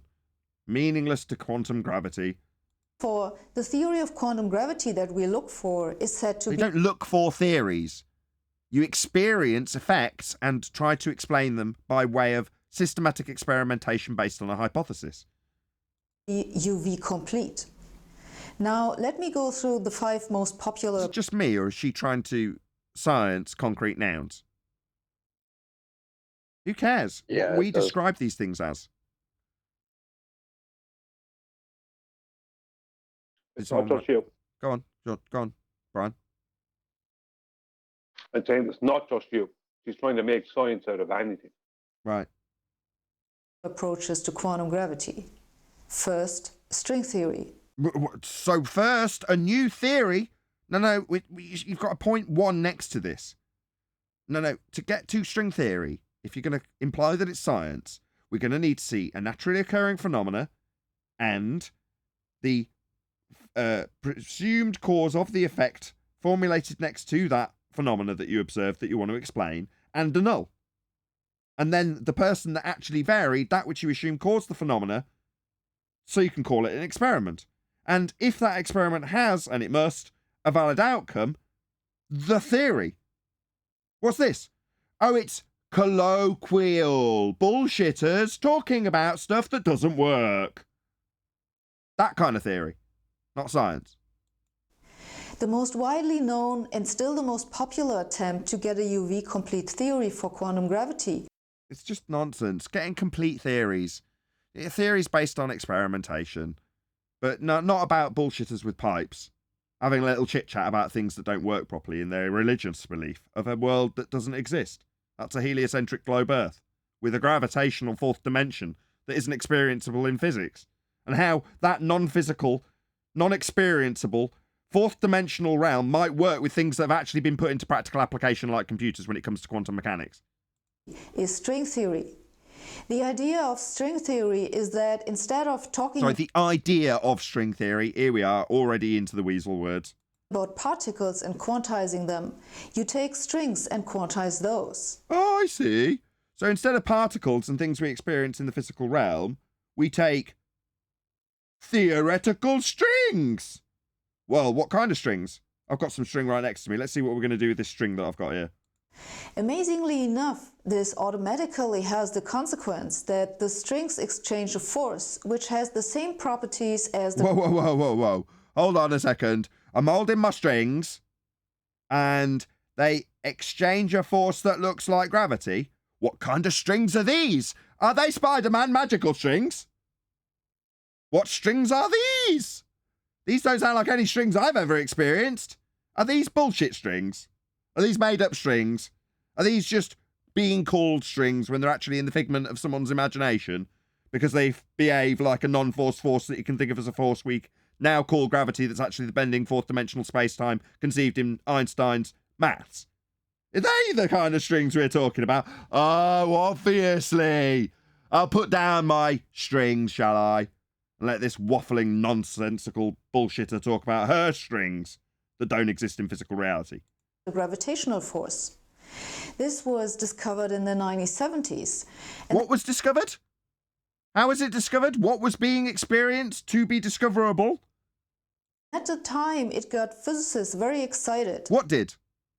You say your description was discovered. How can a description of strings behaving like gravity, which is not any kind of string that anybody on Earth has ever experienced ever, how was this discovered to be excited about? Because you missed that bit out. However, in the past However is like a segue, like a moving away from your description of a discovery and how excited people got. What, you're not going to qualify that or quantify that or justify that or prove that or evidence it in any way, shape or form. You're just going to move on to the however of the point that we now accept. We definitely don't. Several problems have appeared in Oh, right. What, based on that acceptance that we didn't give you, there's problems? Well, these aren't our problems, are they, love? Theory that were fixed, and this has made the theory increasingly contrived. Theories don't get contrived. They're based on actual, validated, systematic experimentation. That's experiments that have had not a theory come first, a theory come after, the validation. You can hear all about this in my earlier video. Or if it was real science, you could develop things like computers from it. You know, actual science benefits mankind. As opposed to raises questions, causes problems for religions. It has never been proved that string theory is indeed UV complete. It's meaningless tosh. It's never been proved what? That we've got strings? Show us strings. Not strings. I'm just stupid for thinking that strings are strings. You mean the conceptual, non-physical strings that were discovered? No, they weren't. This is all complete nonsense. Second, loop quantum gravity. All right. Loop quantum gravity. This sounds like the biggest shit sandwich ever. Quantum, what, the bit that gave us computing and semiconductors? What, loop? All right, I'll grab my string again and I'll make a loop. Gravity you haven't shown us or defined. So this is just a mishmash of nonsense stealing valor from actual scientific validity. Loop quantum gravity is often named as the biggest competitor of string theory. So gravity, rather than being a non-force force that we can think of as a force that's actually the fourth-dimensional space-time bending in Einstein's mathematics, is now just a competitor in a conceptual race against a competing quote-unquote theory that has no physics behind it. Oh, wow. So it's just men with pipes arguing about nonsense then. But this comparison is somewhat misleading. String theory is not just a theory for quantum gravity, it is also supposed to unify the other interactions. Oh, really? So where computers offered useful application to humanity, this will qualify other interactions within other theories. I mean, that sounds really useful. Maybe we can turn that into a keyboard or something. Loop quantum gravity, on the other hand, is only about quantizing gravity. Therefore, we'll get a mouse out of it, or a keyboard out of it, maybe a monitor out of it. Yeah, unlike actual quantum that gave us useful things. This won't develop into anything useful then. Maybe it'll develop into something useful in 100 years when you get an explanation, but you won't have actually looked at any phenomena. So we're not going to get anything practical or physical out of it. That's for damn sure. You disclaimed that within the 30 seconds of opening up this video, didn't you now? It works Nathan, by it's supposed to unify it, but it doesn't, of course. But she leaves that part out. Oh, that's a problem. But that's definitely going to open up more discussion, Arwin. That's very useful. Discretizing space in terms of a network, and then using integrals around small loops to describe the space. Hence, Really? What, Einsteinian fourth dimension space? That's not physics, though, is it? the name. In this network, the nodes represent volumes, and the links between nodes represent the areas of the surfaces where the volumes meet. Oh, I see. So this area behind her would be space. And the nodes, are volumes. I see. I wonder, given that these are volumes in space, and you're alluding to this being the space of the stars above our head, right? Yeah, volume would be an area that gas could fill, wouldn't it? Like natural law? Like gas dispersion into available volumes? These would be volumes, you say? Oh, wow, it's amazing. Normally, we have a real job getting fundamentalist religious globe-believing zealots to concede that the area above our head claimed to be an infinite sky vacuum is a volume that gas could fill. But definitely, it's a node, aka volumes. All right, well, that immediately defies gas law, because the sky isn't going to be a volume that gas could fill, because gas would fill it in line with entropic law.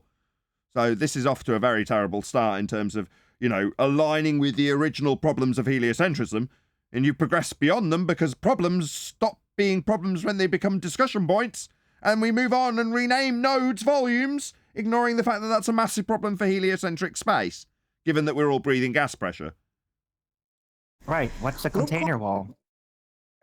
We'll rename that nodes also. Just a different type of node.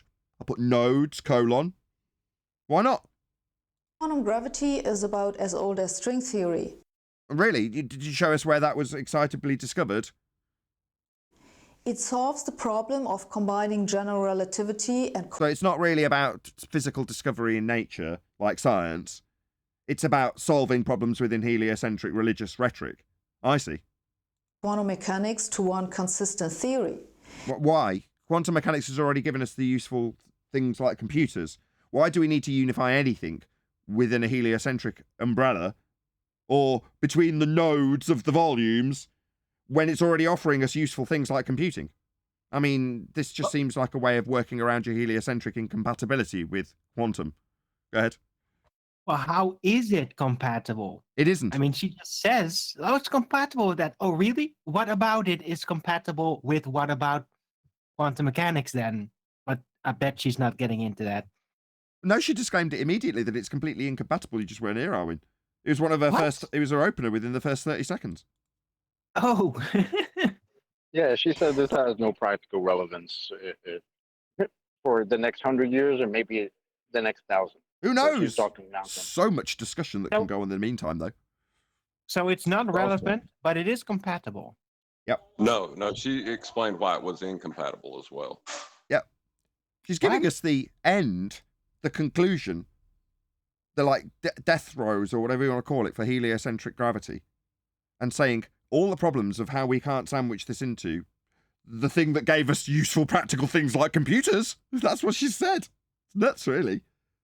But it has remained. You know what it is? It's her own cognitive dissonance. This is her own channel, right? So this is the spew that she can put out when she's trying to square her own circles in her own mind. So she's trying to overcome these problems and explain them.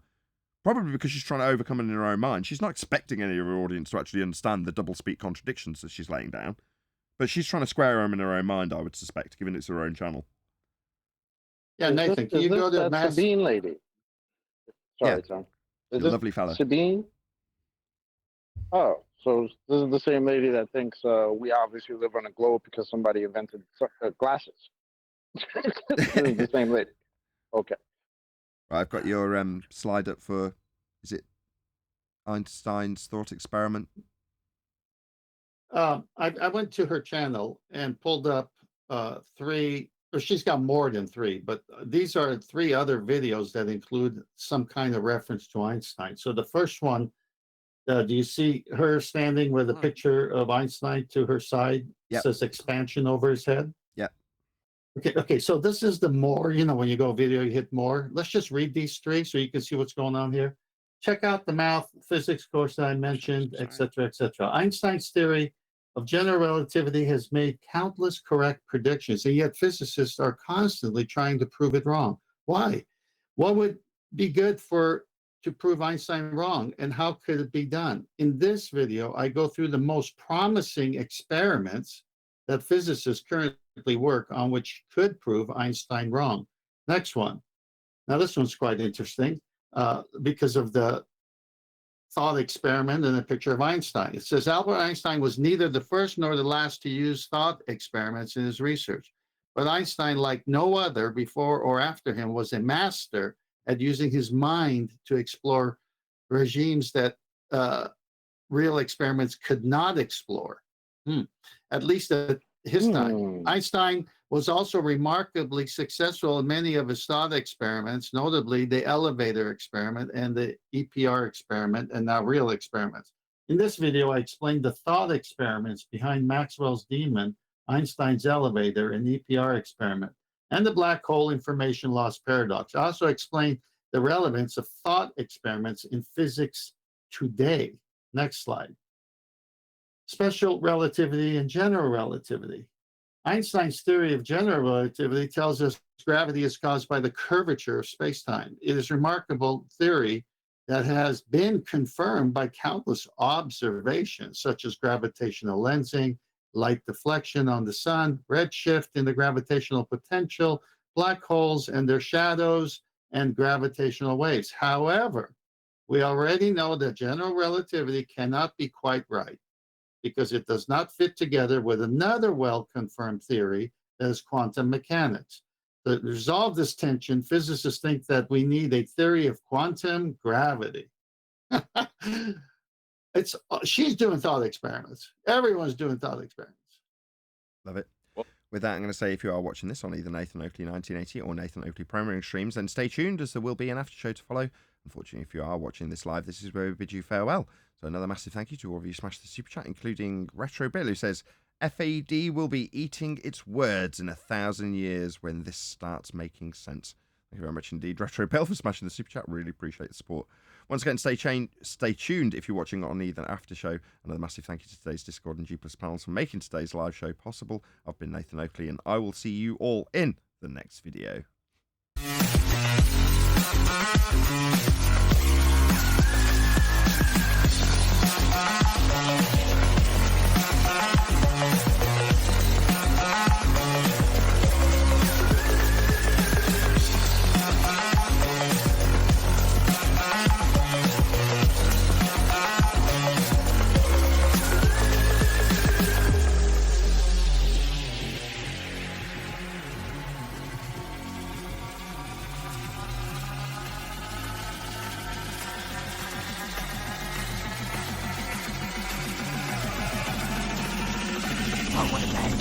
What a lovely day!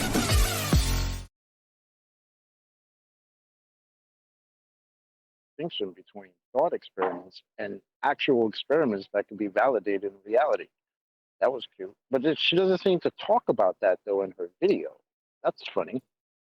Well, they usually use the word theory and equate thought experiment on the same level of an actual experiment, it seems like. Because math, if it exists in the math, it's the same as the scientific method. It's unclear just exactly how one recovers general relativity in this approach. Third, how one recovers general relativity. You don't. It's game over. Right. Yeah, when Bell's inequality was shown and expressed, that was supposed to be the end of relativity. I don't know why she's desperately clinging to it. Trying to salvage Could it. you give everyone? Sorry, Nathan. Sorry, go ahead, Brian. I was going to say, could John give everyone a rundown of what Bell's inequality is? Yeah, I was going to ask the same question. Well, it's a mathematical inequality that Bell found within relativity. And he wasn't able to set up an observation of it with the technology he had at the time. But it was expressed in the 70s. Someone was able to do it and show that there is an inequality within relativity. Therefore, it cannot be true. So to And what summarize do you mean what by you're inequality? saying, Sorry. no, I was going to say, to summarize what you're saying, the math didn't stack up at the end, and the inequality was within the math of the math. Right. Well, yeah, the math was shown to be wrong. And it was that inequality was expressed. I don't see why she's not mentioning that. So they're carrying the water for Einstein, even though someone debunked them. Well, I would say the reason that she's not mentioning that is because they have to keep. I'm sure there's conversations that goes on in the background between these people. They have to keep, like they're willing to hold on to what they call a theory, right? What they would call Einstein's theory of general relativity. They're willing to hold on to that because they've got nothing else until they can shoehorn in some other absolute nonsense. You know what I mean? Yep. As I said earlier, they need another Einstein. They've already said that. Yeah. Like they've already come out and said, yeah, this is halfway out the door already. We're just kind of waiting for something else to show up in our brains so we could spit that out. But yeah, this Einstein stuff is about to go the way of the dodo. Well, Brian's right, because they're in the actual emotions of having, well, physicists are working hard to prove Einstein wrong, she said in that written part. Well, why are they working Is hard it to prove him going? wrong? Is it going the way of the dodo, as in it never actually existed? Yeah, probably. But Yeah. why would someone try to prove an established theory that went through a proper hypothesis wrong?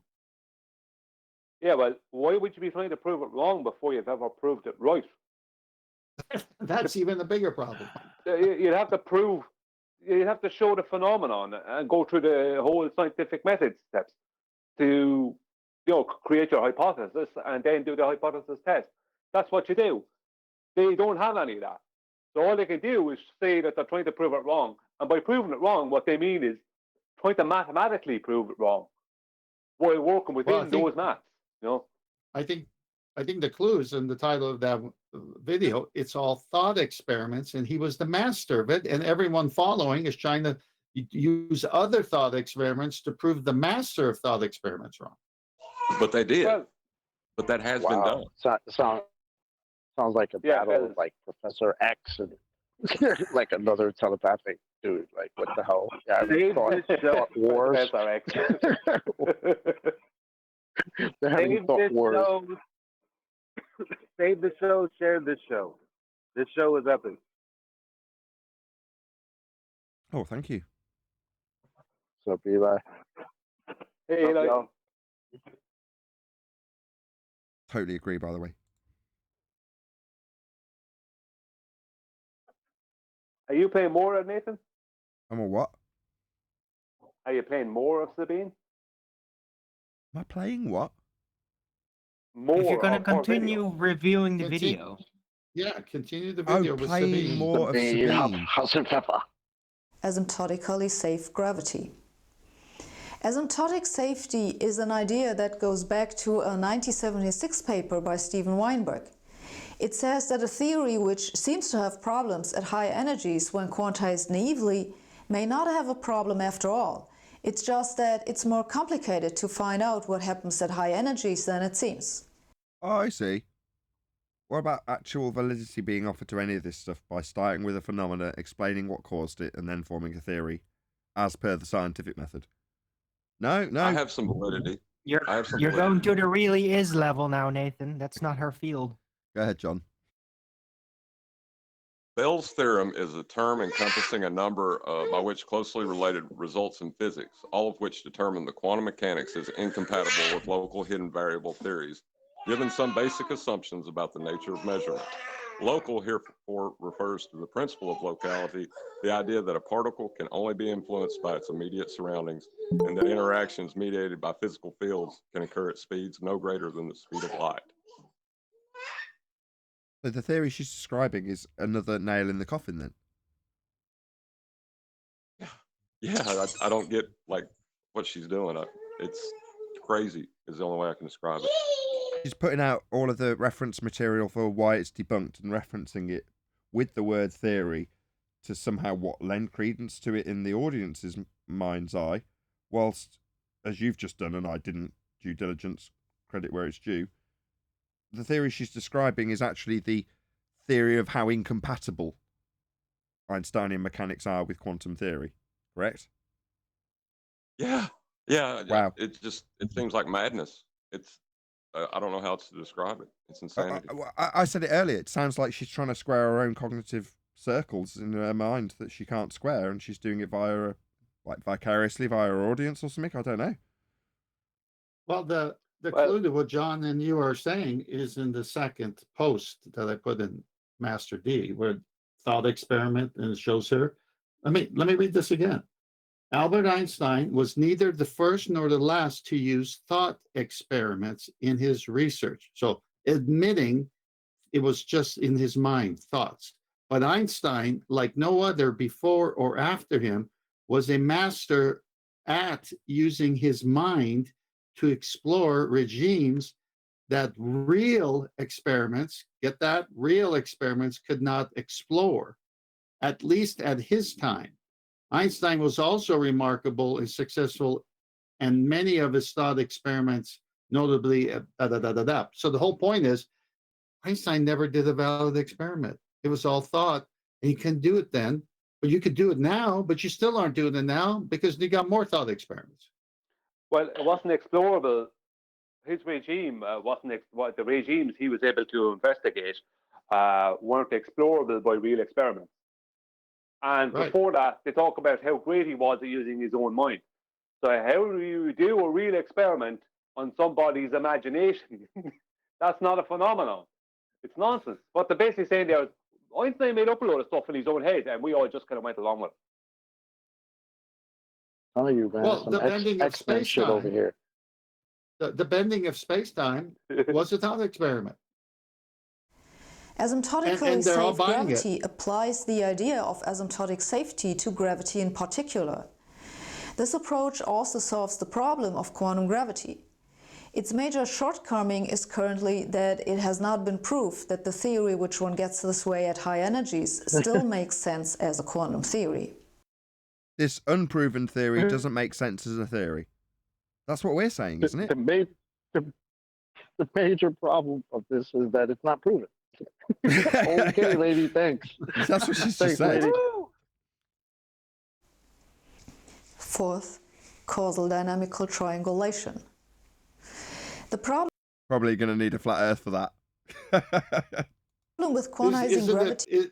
Nathan, isn't it interesting that if you go back to the beginning, because you assume you live on the globe, you have to go into the thought experiments. And up to this day, they still assume they live in the globe, on the globe, and it only exists in the math. So, of course, all the thought experiments involve math. And all you got to do is go out there and do an elevation angle and blow that whole thing right away. comes from infinities that appear when particles interact at very short distances. Did she just say when infinities appear? I think so. She's reifying. Rewind. It sounded like it. Let's have a listen again. Causal dynamical triangulation. The problem with quantizing gravity comes from infinities that appear when particles interact at very short distances. That's what she said. What? Yep. Yep, infinities. Infinities appear. What? Yeah. What is an infinity? How does that make any sense? It doesn't. What does an This She is infinity uses look like? words weird. Like Infinity is a she's been mathematical saying- concept. Yeah. She's been saying high energies, the disrupting theories. Like, what the hell is she talking about? Infinity is a Japanese car. They do appear. But not just a mathematical concept, an impossible mathematical concept. Well, So I must- Can I ask you a question? something I was going to ask earlier was, what are these high energies she's talking about? These high energy states, like, where are they occurring? Oh, my not bad. the No, I no. think you came in late. Yeah. Those are on the ends of the strings. You should have been. No, she's talking about photons.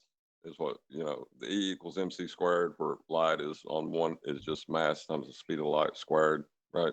So she calls right. that, right? She's calling that high energy states. Oh, so And she's that's mixing really- in some spectroscopy talk, basically. No. Why the need to call it, instead of calling it, I suppose at the moment she says quantized.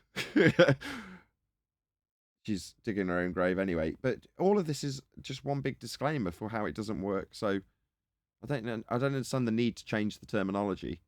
Maybe we'll find out. Well, I think I do. Go on. Because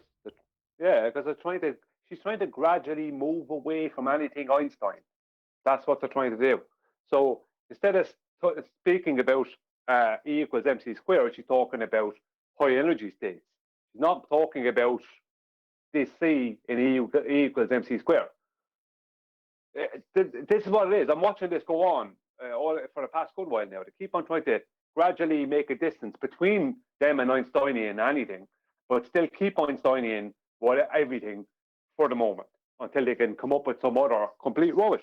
Or not even Einsteinian, they just throw the word gravity into anything that's being scientifically validated. So quantum, right, science, computing. No. Quantum gravity. Well, which one? We went through this at the beginning, though. It's like, well, which one is she talking about? Is she going to define it? No, moving on. So they just throw the word in every so often. It's not necessarily that they want to comport with Einstein. Well, just for the audience, right? There was 4 gravities at present, right? There is the original, what they call Newtonian, which wasn't really Newtonian gravity, which is a force of attraction. There is Einsteinian, right? What they call gravity, that isn't gravity, based on the use of the word to gravity and what it actually means. General relativity. There is quantum gravity, which involves gravitons moving throughout their universe instantaneously, and they are what they call massless, whatever mass is. And there is another gravity, right? That other gravity is the only gravity that you can validate through scientific method. And that gravity is specific gravity, and it's based on density, the density of matter. So there's only one of 4 gravities that they can actually validate scientifically. And that is the one gravity they never, ever talk about. It's just something they might teach to high school. What it's all based on, and they have to keep it in a corner, right? So that people don't see, like, oh, wait, that's actually what that's all based on. You mean specific gravity, aka relative density disequilibrium? Yep. Approaches to quantum gravity rely on removing the short distances by using objects of finite extensions. Loop quantum gravity works this way. Anyone want to translate that for me? They remove the short distances. What short I think distances? they explained this in Ant-Man 2. This is explained in Ant-Man 2, the movie. Go on. You just throw quantum in front of it, and then it works out, basically. Oh, okay. So just timey-wimey, wobbly, it'll work out. No, I'm just thinking there's got to be some relevance to why she's saying it eliminates the short distances. What short distances does it need to work around? I don't know what she's talking about. I'm a bit lost. Maybe we'll find out. Way, and so does string theory. Causal dynamical triangulation also relies on removing short distances. Again, anybody want to translate where she, up until now I've known where she's going and what she's doing and what she's talking about, and any bits that I'm vague about, John's been there, thank God. So at this point, anybody know what she's talking about? But see, this is what I was going to ask earlier. What is these high energy states she's speaking about? Because I think she's talking about some nonsense off out in heliocentric space. And that's why we're like, what is she talking about? Because she's talking about something that's non-reality. Go on, John. She's been Exactly, very Brian. specific. Hold on, Owen. Go on, John. Short distances are what we can experience in reality. But when you talk about a heliocentric universe, you need to eliminate short distances. Okay. It does so by approximating a curved space with triangles or their higher dimensional counterparts. In contrast to the other approach, Higher dimensional counterparts? Is that what we covered? Triangles. Yeah, no. That's what we covered about 3 weeks ago with the 10th dimension. Do you remember? Is that what she's talking about? Yeah, she's going extra dimensional on it. Right. Yeah. Okay. approaches, though, where the finite extension is a postulated new property of the underlying true nature of space. No, because the true nature of space in your context is fourth dimensional space-time, isn't it? In causal dynamical triangulation, the finite size of the triangles is a mathematical aid, and one eventually takes the limit where the size goes to zero. If it's got a finite size, how can it go to zero? This again just sounds like gobbledygook, doublespeak nonsense. It's I'm math just not keeping up. philosophy. I've got to be honest, I lost track about 25, 30 seconds ago. Can anybody make sense of that? Because I can't. Yes. Go Well, on. to a certain degree, I can make out that she's now currently dipping into pure mathematical philosophy, which is a ridiculous thing to put on an even pedestal as like determining physical reality. But I mean, some people, I guess, don't really see that as much.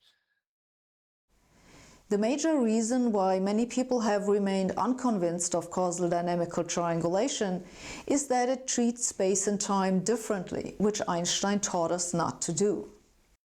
Yeah, that's what I thought. That's why I was losing track. It doesn't seem to be jiving. Okay, let's see where she goes with this. Maybe this is another little coffin nail that she's handing out. Let's see. Fifth, emergent. No, that was it. Okay, that was meaningless, Tosh. I didn't understand it, I'll be honest. So maybe it was just me and my ignorance. It Well, was just gravity- math philosophy about nature of how math works and all that, like axioms within what happens when you do math. That was what it was about, I think. Okay. Yeah, but she went into talking about triangles through curved space-time. Like, that's a curved triangle. There's no such thing. Exactly, Do you know what I Brian. mean? Yeah. None of that that all seemed like double speak, gobbledygook, contradictory nonsense. And sometimes with the preceding three, I could make sense and read between the lines of what she was doing. And like I say, the blanks were filled in by John. But in that regard, even with John's explanation of shortening the distances within a heliocentric vast universe, still didn't make any sense to me. And she's just moving on now to emergent gravity, which we're all familiar with. Well, hold on, let me try. Emergency gravity. I like. Brian's covered this already, but yeah, go on, John. Well, okay, say you're wanting to do the physics of Narnia, right? In the real world. Well, the first thing you have to do is eliminate the real world as a place where your outcomes will take place, right? So she's going. So you don't mean in literal terms the short distances. When you say the short distances as in the world we experience, you're now comparing it to saying, if you're trying to work in the physical realm of Narnia, as in that's our real world, then you immediately need to eliminate the real world so it's not incompatible with the descriptions of the real world that is Narnia that you're trying to achieve. And short distances is just akin to saying how things work in the real world. Is that what you know? I think I now follow. Okay. Yeah. Well, what about basically, what about Dr. Becky when she talked about a billion miles is just a short distance? Is it that short distance, those short distances she's talking about? No. That's the new hotness after what John has described. So once you eliminate her terminology for short distances, meaning the reality of the world and how it works on the scales that we understand, a short distance then becomes a blink of an eye, 60 billion light years. That's a short distance because it's all been redefined. The scales all change. But you've got to, as John says, eliminate that aspect of incompatibility with a short distance being a few feet in a reality that we all understand, three-dimensional. Well, you can just juxtapose that into fourth dimension, get rid of the old completely, the problem of short distances, that is, and then a short distance becomes 75 billion years or whatever you want to make it. Right, and then you can deal completely in the conceptual and work your ideas in space time, Right. in string theories. Yeah. And then because you've already eliminated the dusty old problems of the reality that were just incompatible, when they crop up as incompatible, they are acceptable as talking points for the awkward problems of the bloody nature and reality we have to work into our models of reality. They're just the problems of nature. Because, like they said earlier, in a backwards way, now it all makes sense. Well, that's just not how nature works. That's, that's incompatible with how we're doing it, because it's the afterthought gotten rid of in the same way they say, well, it's unacceptable to accept that we're at the centre of it all. It's just incompatible. So it becomes a talking point rather than a problem with their fundamental worldview. It's a way of reversing it so they don't It's have to against their cognitively cope with it. primary directive. Again? That's why your argument about the second law of thermodynamics and gas pressure doesn't face them, because they're not in that real world. Right. The real world is in conflict with their primary directive. Got a quote for it. Got a It's great a quote. ball. The rumpus. Oh, right, let me get it right. Hold on. The second law of thermodynamics does not apply to the Earth. End quote, the rumpus. That's a perfect example of this. Well, that law of nature, what the dusty, awkward, incompatible bit that's not part of your model when you say globe Earth or the world, well, what your model of the world has no issue with the second law of thermodynamics because it simply doesn't apply. It just becomes a talking point then, doesn't it? Well, it doesn't apply. Oh, right. The way nature works, the laws of nature don't apply to the heliocentric model, as opposed to, oh my God, the heliocentric model doesn't work. It doesn't comport with the law of nature. It's just a rephrasing of a problem. It's like impossible moon. Well, that'll be the impossible moon. Oh, fascinating. As opposed to, oh my God, the world doesn't work the way it's supposed to. No, the world works perfectly fine. It's just your model that doesn't. Did you know that Craig argued that, by the way, on Flatzoids the other day? Argued what? For Be more that specific. second law of thermodynamics doesn't apply because it only applies to closed systems, according to him. It was ridiculous. Right. So, in other words, if there's an entropic increase in an open system, and we are, by begging the question fallacy, an open system, and the gas is not dispersing, then it doesn't apply. Yeah, okay. Yeah, that's the cognition we have to face here, because people will do that mental gymnastic in order to comport with a world that has gas not expanding into a vacuum and defying a natural law. Therefore, well, we're an open system and it's not expanding. Therefore, it doesn't apply, because that law of nature only applies to closed systems and we're an open system. Or you could just say short distances. The second law does not apply to short distances. Perfect. Oh, John, you're beautiful. That's exactly it. That's the perfect round to that which I didn't understand 10 minutes ago. Yeah, the second law of thermodynamics, that's a short distance thing. Brilliant. But before he even said that the second law of thermodynamics doesn't apply to the Earth, wasn't he actually arguing for how it does apply to the Earth? Yes. Right. Okay. Thanks. How it applies The in laws physical only reality. applied in a short scale. What he argued about it's came after the disclaimer. So, like in the beginning of this Hossenfelder video, she was talking about how it doesn't work. Well, Rumpus's opener was, well, the second law of thermodynamics doesn't apply to the Earth. So he can then go on, after making the disclaimer, to talk all about how the second law of thermodynamics works. So in the mind's eye of the audience, well, he knows how it works. Well, he said right at the beginning it doesn't apply to the Earth. Why is he now discussing how it works? Well, because it's a law of nature and it's how nature works. But the Earth, in quotes, is his heliocentric model. And it doesn't apply to that. Because it's just a model. We're not living on a model. The globe model is unnatural. That's basically the admission. It's just a model. And unnatural. No, it's long doesn't distance. apply to it. The globe model's long distances, Arwen. You're talking about short distance problems. Yeah, you're thinking too short distanceally. Where is that globe model, by the way? I can take a whole bunch of different graphs and in slap Word. them together in a little book for you, if you like. I mean, will that count? It exists in Word only, John. It exists in the thought, in the mind of Einstein. dateandtime.com. Is that globe shaped? It wasn't last time I checked. Model? What? That's definitely not a globe model. Last time I checked, it was more akin to Gleason's map. No, a Mercator. Yeah, Mercator.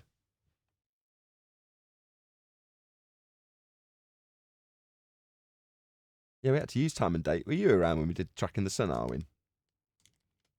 Yeah, I was following. I didn't participate myself, but yeah. Time and date was used as a standard reference. Yeah, it was wrong. More than once. Anyway. That's what I remember happened. Yeah. Yeah, that's really all we got out of 48 hours of tracking the sun constantly was, time and date isn't an accurate, it doesn't have accurate data. Was it wrong on short distances or long distances? Oh, we're talking very short distance. This is almost irrelevant, really. Right, but there were weird angle issues too, that the sun would be in unexpected angles in relation to how the map was portraying, remember? Yeah, well, That where the happened sun too. was... Well, again, this is what was the start of the celestial navigation argument in regards to, well, where the maps and models distort what the sun is above at a given time. Well, on the map, it's supposed to be at a given location. That's at your zenith, right? So when somebody's saying, well, no, here's the example with one was she picks up a pot plant. So she's outside and she's like, no, it's definitely at my zenith. It's right above me. And she picks up a pot plant and the shadow is directly below the pot plant. You're like, yeah, okay, it's at your zenith. Well, it shouldn't be. It should be there in an hour, according to time and date. So it's wrong then. And up until that point, every single observation matched perfectly. And then it happened again the following time we did it, about 6 months later. But there we go. That's just long distance refraction. This short distance stuff that y'all get caught up. Upward? Yeah. John? Refraction upward? Really? Yes, the shadow was refracted. That much? Yes. Yeah, long distance refraction is different than short distance problems of refraction. I mean, we could It's get just into different. this short distance problem, Arwin, but it'd be very tedious, I'm And going other to distance scientists, myself from this train of I just thought thinking. I'd add this, Arwin. Other scientists have said it's not even a problem. Oh, okay. I'm going to distance myself from his argumentation. And that If I wouldn't be say a problem. quantum mechanics, Scientists will say. you accept it? It's like saying the word science and they have that name and they got only thought experiments. And the short distance problems only happen over Bermuda anyway. All the NASA junk in the ocean there. No, Bermuda shorts. Well, I think if we just say quantum mechanics, if we just say quantum mechanics enough, it won't matter. Not just say quantum. Don't say quantum mechanics. That's too specific. Well, there are several types of unicorn. There's the quantum unicorn, just the straight quantum unicorn. There's the loop unicorn quantum edition. And there's the triangulation unicorn quantum. Now, they're all very different, and some have got problems that don't interact with each other. But, we also have computers, so there's that. Yeah, and there's the string theory Horn quantum theory. unicorn. Horn theory. String theory No, quantum horn unicorn. theory. Horn theory. Okay, sorry. So how would a knowing the which path unicorn be like? Computers and semiconductors and stuff. I always liked the quantum leap theory when I was a kid. Exactly, and there's quantum leap. That's it. One step will be the step home. So there's that as well. So basically, this is science. So unicorns. Quantum trot theory. The trot theory, quantum trot. Hey, Dr. Sam Beckett is still out there, Yeah. trying to find guys, his way home. We need to be Chocolate, I careful. think. We're getting all Hossenfelder here with crazy talk. Oh, that was I brilliant. think Alan. chocolate, you need to consider that the quantum leap has some hurdles still. It does get me quite hot under the feather, though. It's got to be said. Hey, do you want to hear a good Chinese spy balloon update? Oh yes. Oh, yeah, yes. Please I've been do. I've been laughing so hard at those headlines. Go on, Brian. Listen to this. They're after claiming to shoot down two or three UFOs. Yep. Yeah. Yeah, they shot down 4. Dude, I according to can't them. avoid it. It's everywhere. Every news, everything is whining about it. Well, good, because I can ask a question about it, because fortunately I detach myself from all this mainstream nonsense. So often I'm not Mr. Current Events, but I was aware that there's a balloon, right? Yeah, there's lots of them, right? But, okay, so there's a Chinese balloon. My question is this. I think it was QE that was the first to, like, exasperatedly say, are the public asking questions like, should it be right to shoot it down? Should they be spying on us? Or are the public saying, why the hell is that on a balloon? Which one is it? Just out of interest. That was Why me. is that on a balloon? Say again, Brian? That was me saying that, like, the people are starting to ask, well, first of all, it sounds like now there's a balloon crisis. Everybody is now aware, according to the mainstream, that now there are things above our heads flying around, floating on balloons, right? And now it's become a problem because now that questions are starting to arise about the supposed satellites. Because you got one correspondent will say, well, we haven't been able to pick up these balloons on the satellites. Then you'll have others saying, well, what's the point of having the satellites if they can't pick up the balloons? Then you have others saying, well, why would you have the balloons if you have the satellites? This is the most entertaining story. I think I read an article that said it was the other way around. The balloons were actually spying on the satellites. That's what I read. Yeah, the balloons are just a cover story for the satellites, don't you know? Well, we knew that in 2014, right? I vaguely remember us speculating of this because we had no hard evidence at the time and going, yeah, okay, because we were burden of proof reversal unsavvy, and we're like, well, they're just on balloons. And be, you dumb flat earther idiot. No, they're in orbit, falling around a sphere Earth. All right, well, no, we say that space, we didn't say at the time, but we'll say now for continuity incorrectness. Well, space is fake. No, there's definitely no satellites, but what they claim to be satellites are just on balloons, right? Like in this cartoon of The Simpsons where they showed a Fox satellite on a balloon. Right, that's all it is. And they laughed at us. And now, I remember 2017, 2018, Mark Sargent picking up on a video of someone with a Samsung phone filming a satelloon that had hit their garden. And it's beeping and bleeping, and they're like, this is a satellite that's fell down, and check it out, it's on a balloon. And total stunned silence from the opponents. And now it's made the mainstream news because the Chinese have released them over America. What, the satellites? I mean balloons? Surely the public by now are going, what about the satellites in space? What's this? Why do they even need this? I'm telling you that the press conferences on this are hilarious because these are the questions that some of the reporters, not all of them, because we know a lot of them are pieces of shit, but the ones that actually has some sort of integrity are asking questions and just juxtaposing this with satellites. Because if we got satellites, what the hell are all these balloons doing up there? And now it's like that the first one crossed the entire continental United States, and now we just see them and just shoot them. So we've shot down 4 things in the air in the past week, according to these people.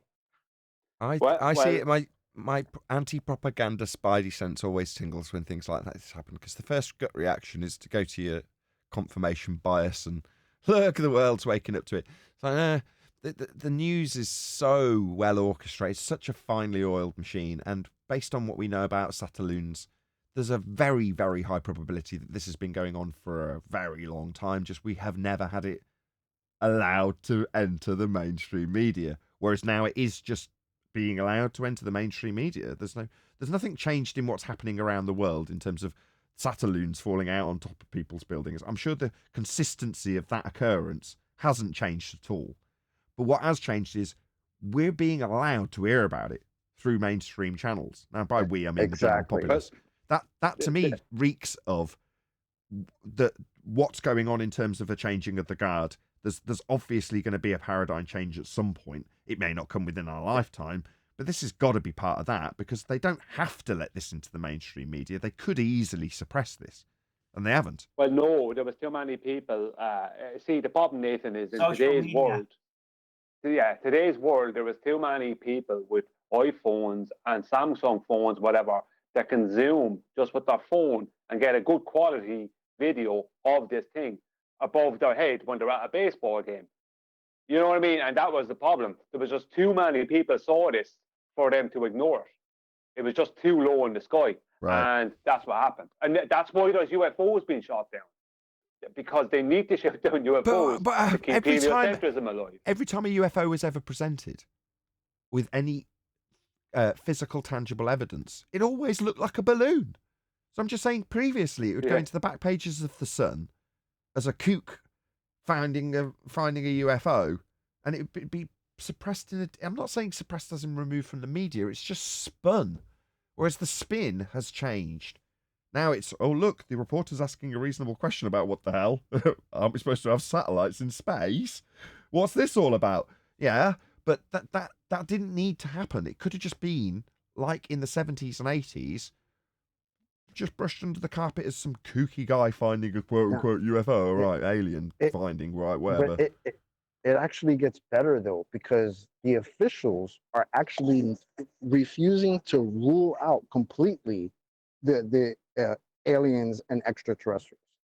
This is how funny this has gotten. Because they need that in their back pocket. So that's even better. Actually asking real questions about aliens and extraterrestrials, right? And you could tell they feel kind of crazy. Like, are we really talking about this? No, it's because it's not at all crazy. It's pre-programmed into them as reporters, because that, as I just said 20 seconds ago, is the standard fare as far as how this would get covered in the media. That would be the standard fare. So suddenly, hold on, the reporter thinks, this isn't how we'd normally cover this. Excuse me, I've got a question. Shouldn't this be brushed under the carpet as a kooky conspiracy and aliens and stuff? Well, now they have the reporters have UFOs to ask questions about, which they will, because they'll be told that they head in that direction. You know what I mean? That's the direction they'll be ushered into. Because UFO has been shot down, it's more exciting. One second, Doctor. It's just saying it's more exciting than some Chinese spy balloon that wasn't Chinese, that was American, and that was a satellite. Do you know what I mean? You need to get away from that, because they can't hide it now when you have that many people with iPhones and stuff videoing it. You know, so what you have to do now is start bringing in UFOs being shot down. Now, they won't be able to produce any of these UFOs, but they've been shot down as top secret. But that's the funny part, right? They could take out the story themselves, but instead of, because everyone knows that the first one technically was a balloon, but these next three that were shot, apparently they refuse to call it anything. All they refer to is an object. And they've been already shot down. Maybe they are umming and ahhing about whether or not this cat can be put back in the bag or not. I mean, maybe, like I say it's well orchestrated, but people are chaotic. I bet you Neil deGrasse Tyson will have an upcoming video on this. Okay. Let me mention something. Damage limitation to follow. Sorry, go ahead from Discord. If I can, I just want to mention something that's not far left from this, but as far as the narratives and tricking the public, there's literally a video going on. I don't know if I'm pretty sure everybody from the States knows about Darman Hamlin. That's the young Cincinnati Bengal player or Buffalo Bills player that collapsed during the game in the regular season, week 17, from just a collapse. It wasn't from the hit. He didn't collapse. Wait a second. He didn't collapse. He got hit in the chest. Can I finish? Hang on, Neil. We're going into this subject. Yeah, at the beginning of the show when I explained that, you're just trying to put a point out there and somebody's disagreeing with you in the middle of it. Go ahead. He collapsed. He didn't collapse.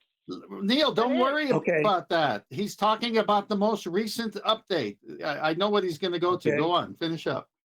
Okay. Whether you feel he collapsed or not, he made a tackle a regular standard fundamental tackle. He didn't injure his neck, back, or anything. He got up, whether he got a phone call through his headphone to say, hey, man, get back down, doesn't matter. The man fell down, okay?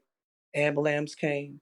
He was supposed to have been halfway resuscitated, died on the field, resuscitated, brought back, yada, yada, yada. Great story, great script, recovering, great neurological recovery, 100%. Yeah, he's giving the love sign and all the da-da-da-da-da-da. Well, there's a video of him doing this. However, all his tattoos on his neck are gone. They made a mistake. This man was tatted up. Tatted up. Okay? I don't understand. All the tats on his I don't neck. understand. I don't understand. So what it goes down to is every time you think that you're seeing what you're seeing, this man died. He's gone. That's how deep the conspiracy is when these people are trying to hide certain things. They don't want to admit the story. That's conspiracy. We don't talk about conspiracy. Like no That's not the offense, head. but that's conspiracy. The Let's be man- honest. Okay. they're saying- Thank you, man that D-Rose. they're I think we saying got is the general Charlie gist of it, Hamilton. but I think 10th Man's got a different spin on the story that he thought you were going to, but Yeah, you didn't. that Okay, that you was tell what me. I thought. Hold on, D-Rose D-Rose. was- Go ahead, 10th. What I thought D-Rose was going to go to was he was interviewed, and they asked him, "What did the doctor say happened to you that caused this?" And he refused to go into that. That's what I was thinking he was going to say. So Well, of that's course, not that's the same thing. elementary.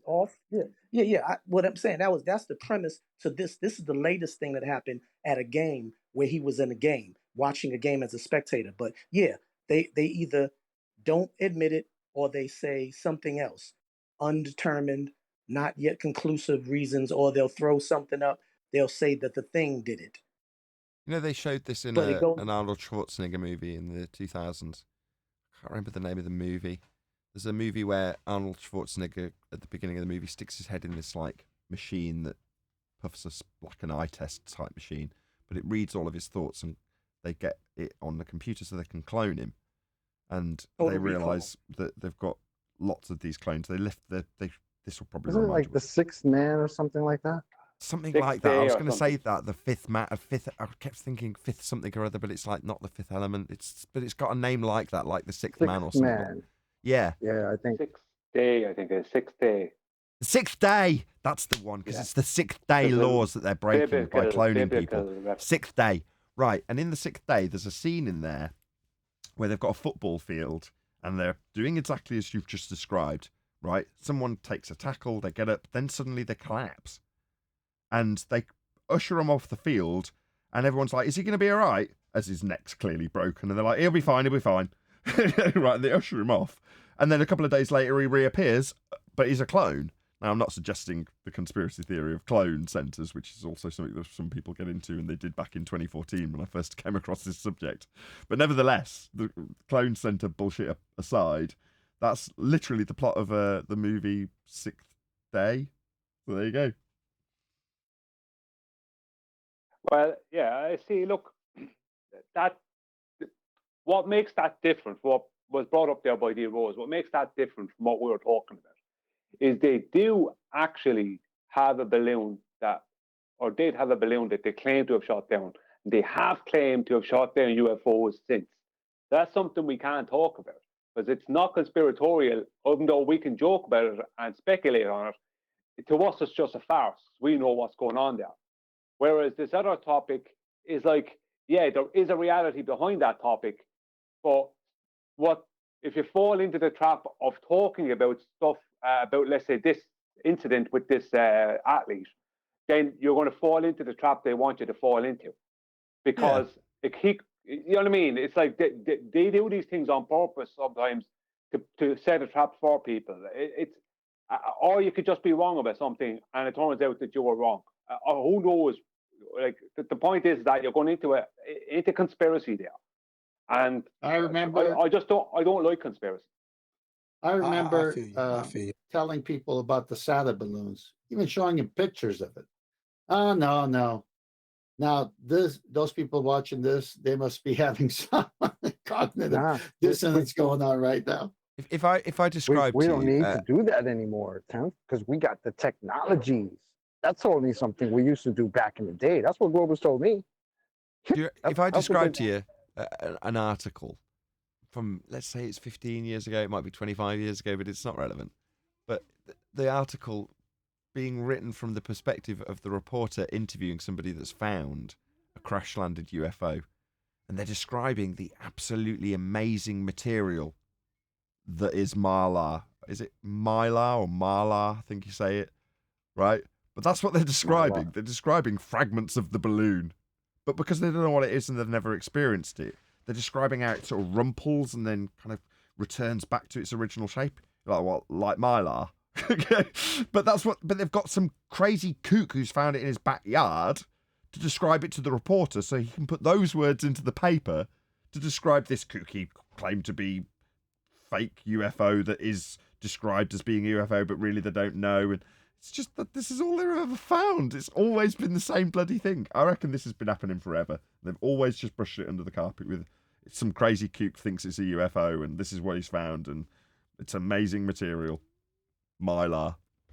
It's Well- it's like the band in the 60s and 70s, the Fifth Dimension, so kind of like the 4D space.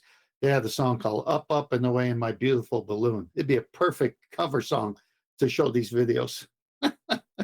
Yeah, it would be. Because actually, the Roswell incident, right, that they talk about and have been talking about forever, that we all know about from 1947, that was claimed to be a weather balloon.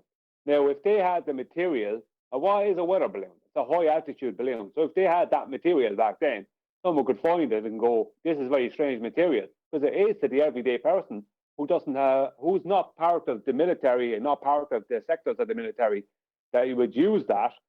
So, and it's not out, you can't buy it in the hardware store. So it's only being used for that purpose. So someone could find that back in 1947 and easily go, this is definitely aliens. Do you know what I mean? You know what they're doing? You know what they're doing now? You got officials saying that now they've adjusted, and I believe this is a direct quote. They've adjusted the aperture for their radar in order to be able to catch these things in the air. Because that's the question that everyone's being asked. How are these things not being picked up by all this fancy technology that the United States has, right? So what do they say now? Oh, we've adjusted our instruments so now we can easily pick these things up. Oh, there's my answer, Chocolate. So when I said it's the general populace worldview, why is it that we've got satellites on balloons when they're supposed to be in space? They're saying, why aren't we more capable of shooting them down? Marvellous. So this isn't in any way been ineffective in the spin that's been applied to it in this instance. It's just a different type of spin then. Because the world's now concerned about how we're going to shoot them down as opposed to, shouldn't we have satellites in space?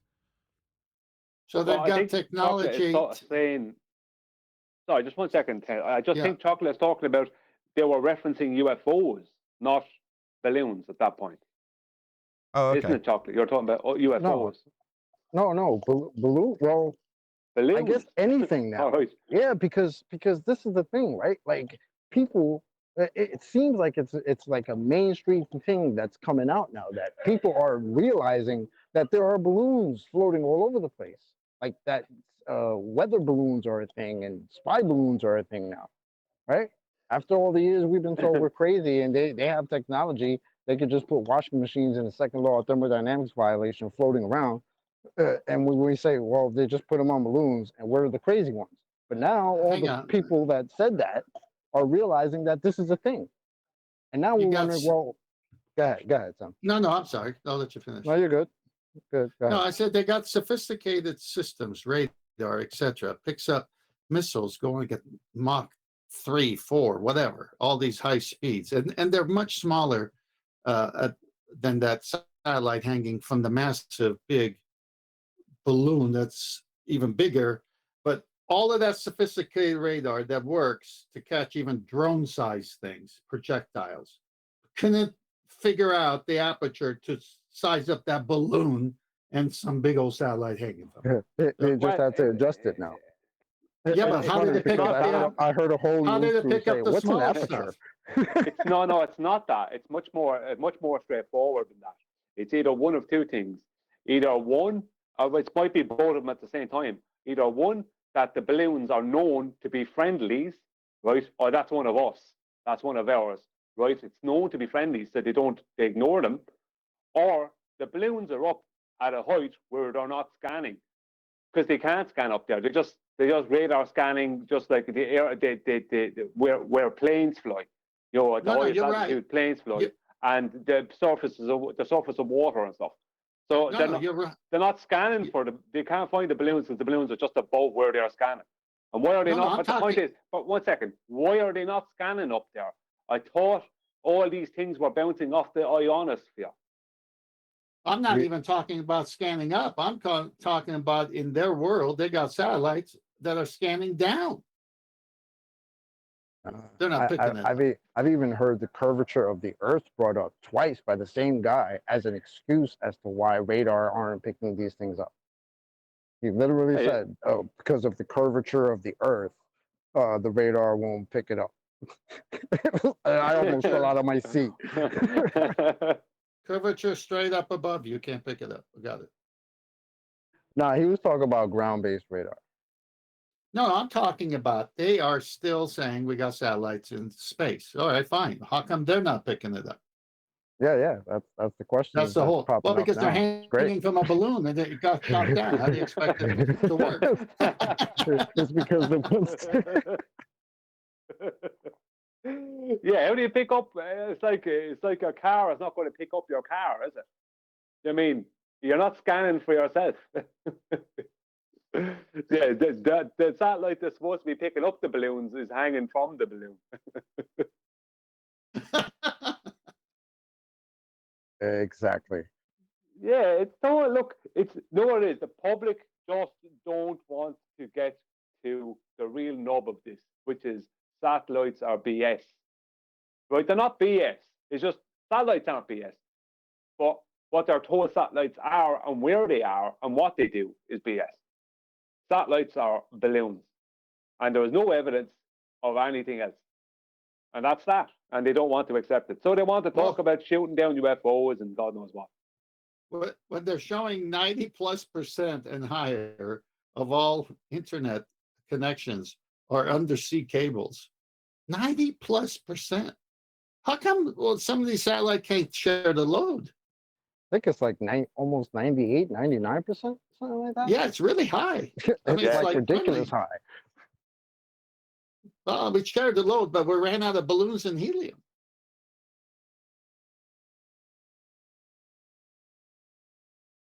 They're running out of stories. What was which? I'm sorry, guys. Which industry again was it? Which company again was it that uses more helium than any other one in the world? NASA. Well, Which one was that again? Hang on. NASA. NASA has a lot of employees, and there's birthdays going on every day, multiple birthdays. They need helium. Oh, funny coincidence there, huh? Yeah, NASA are the biggest consumer of helium.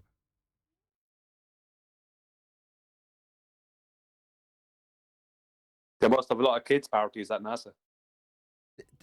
You're not going to take credit for that from 2 weeks ago. That was like 10th man, like 10 seconds ago. Oh, did he say? I wasn't listening. Sorry. Did you say that? Were you not shocked by the underwhelming reception to your excellent joke? Well, all my jokes are able to have 5 multiple copyrights. So fill up the next 3 quickly. With that, I'm going to say another huge, massive, enormous thank you to both Discord and G+ panels for making today's after show possible. And of course, a massive thank you to all of you in either Nathan Oakley 1980 or Nathan Oakley premiering streams. Hopefully smashing the super chat, liking, commenting, sharing, subscribing, joining as a Nathan Oakley 1980 channel member, and all that good stuff. I've been Nathan Oakley, and I will see you all in the next video.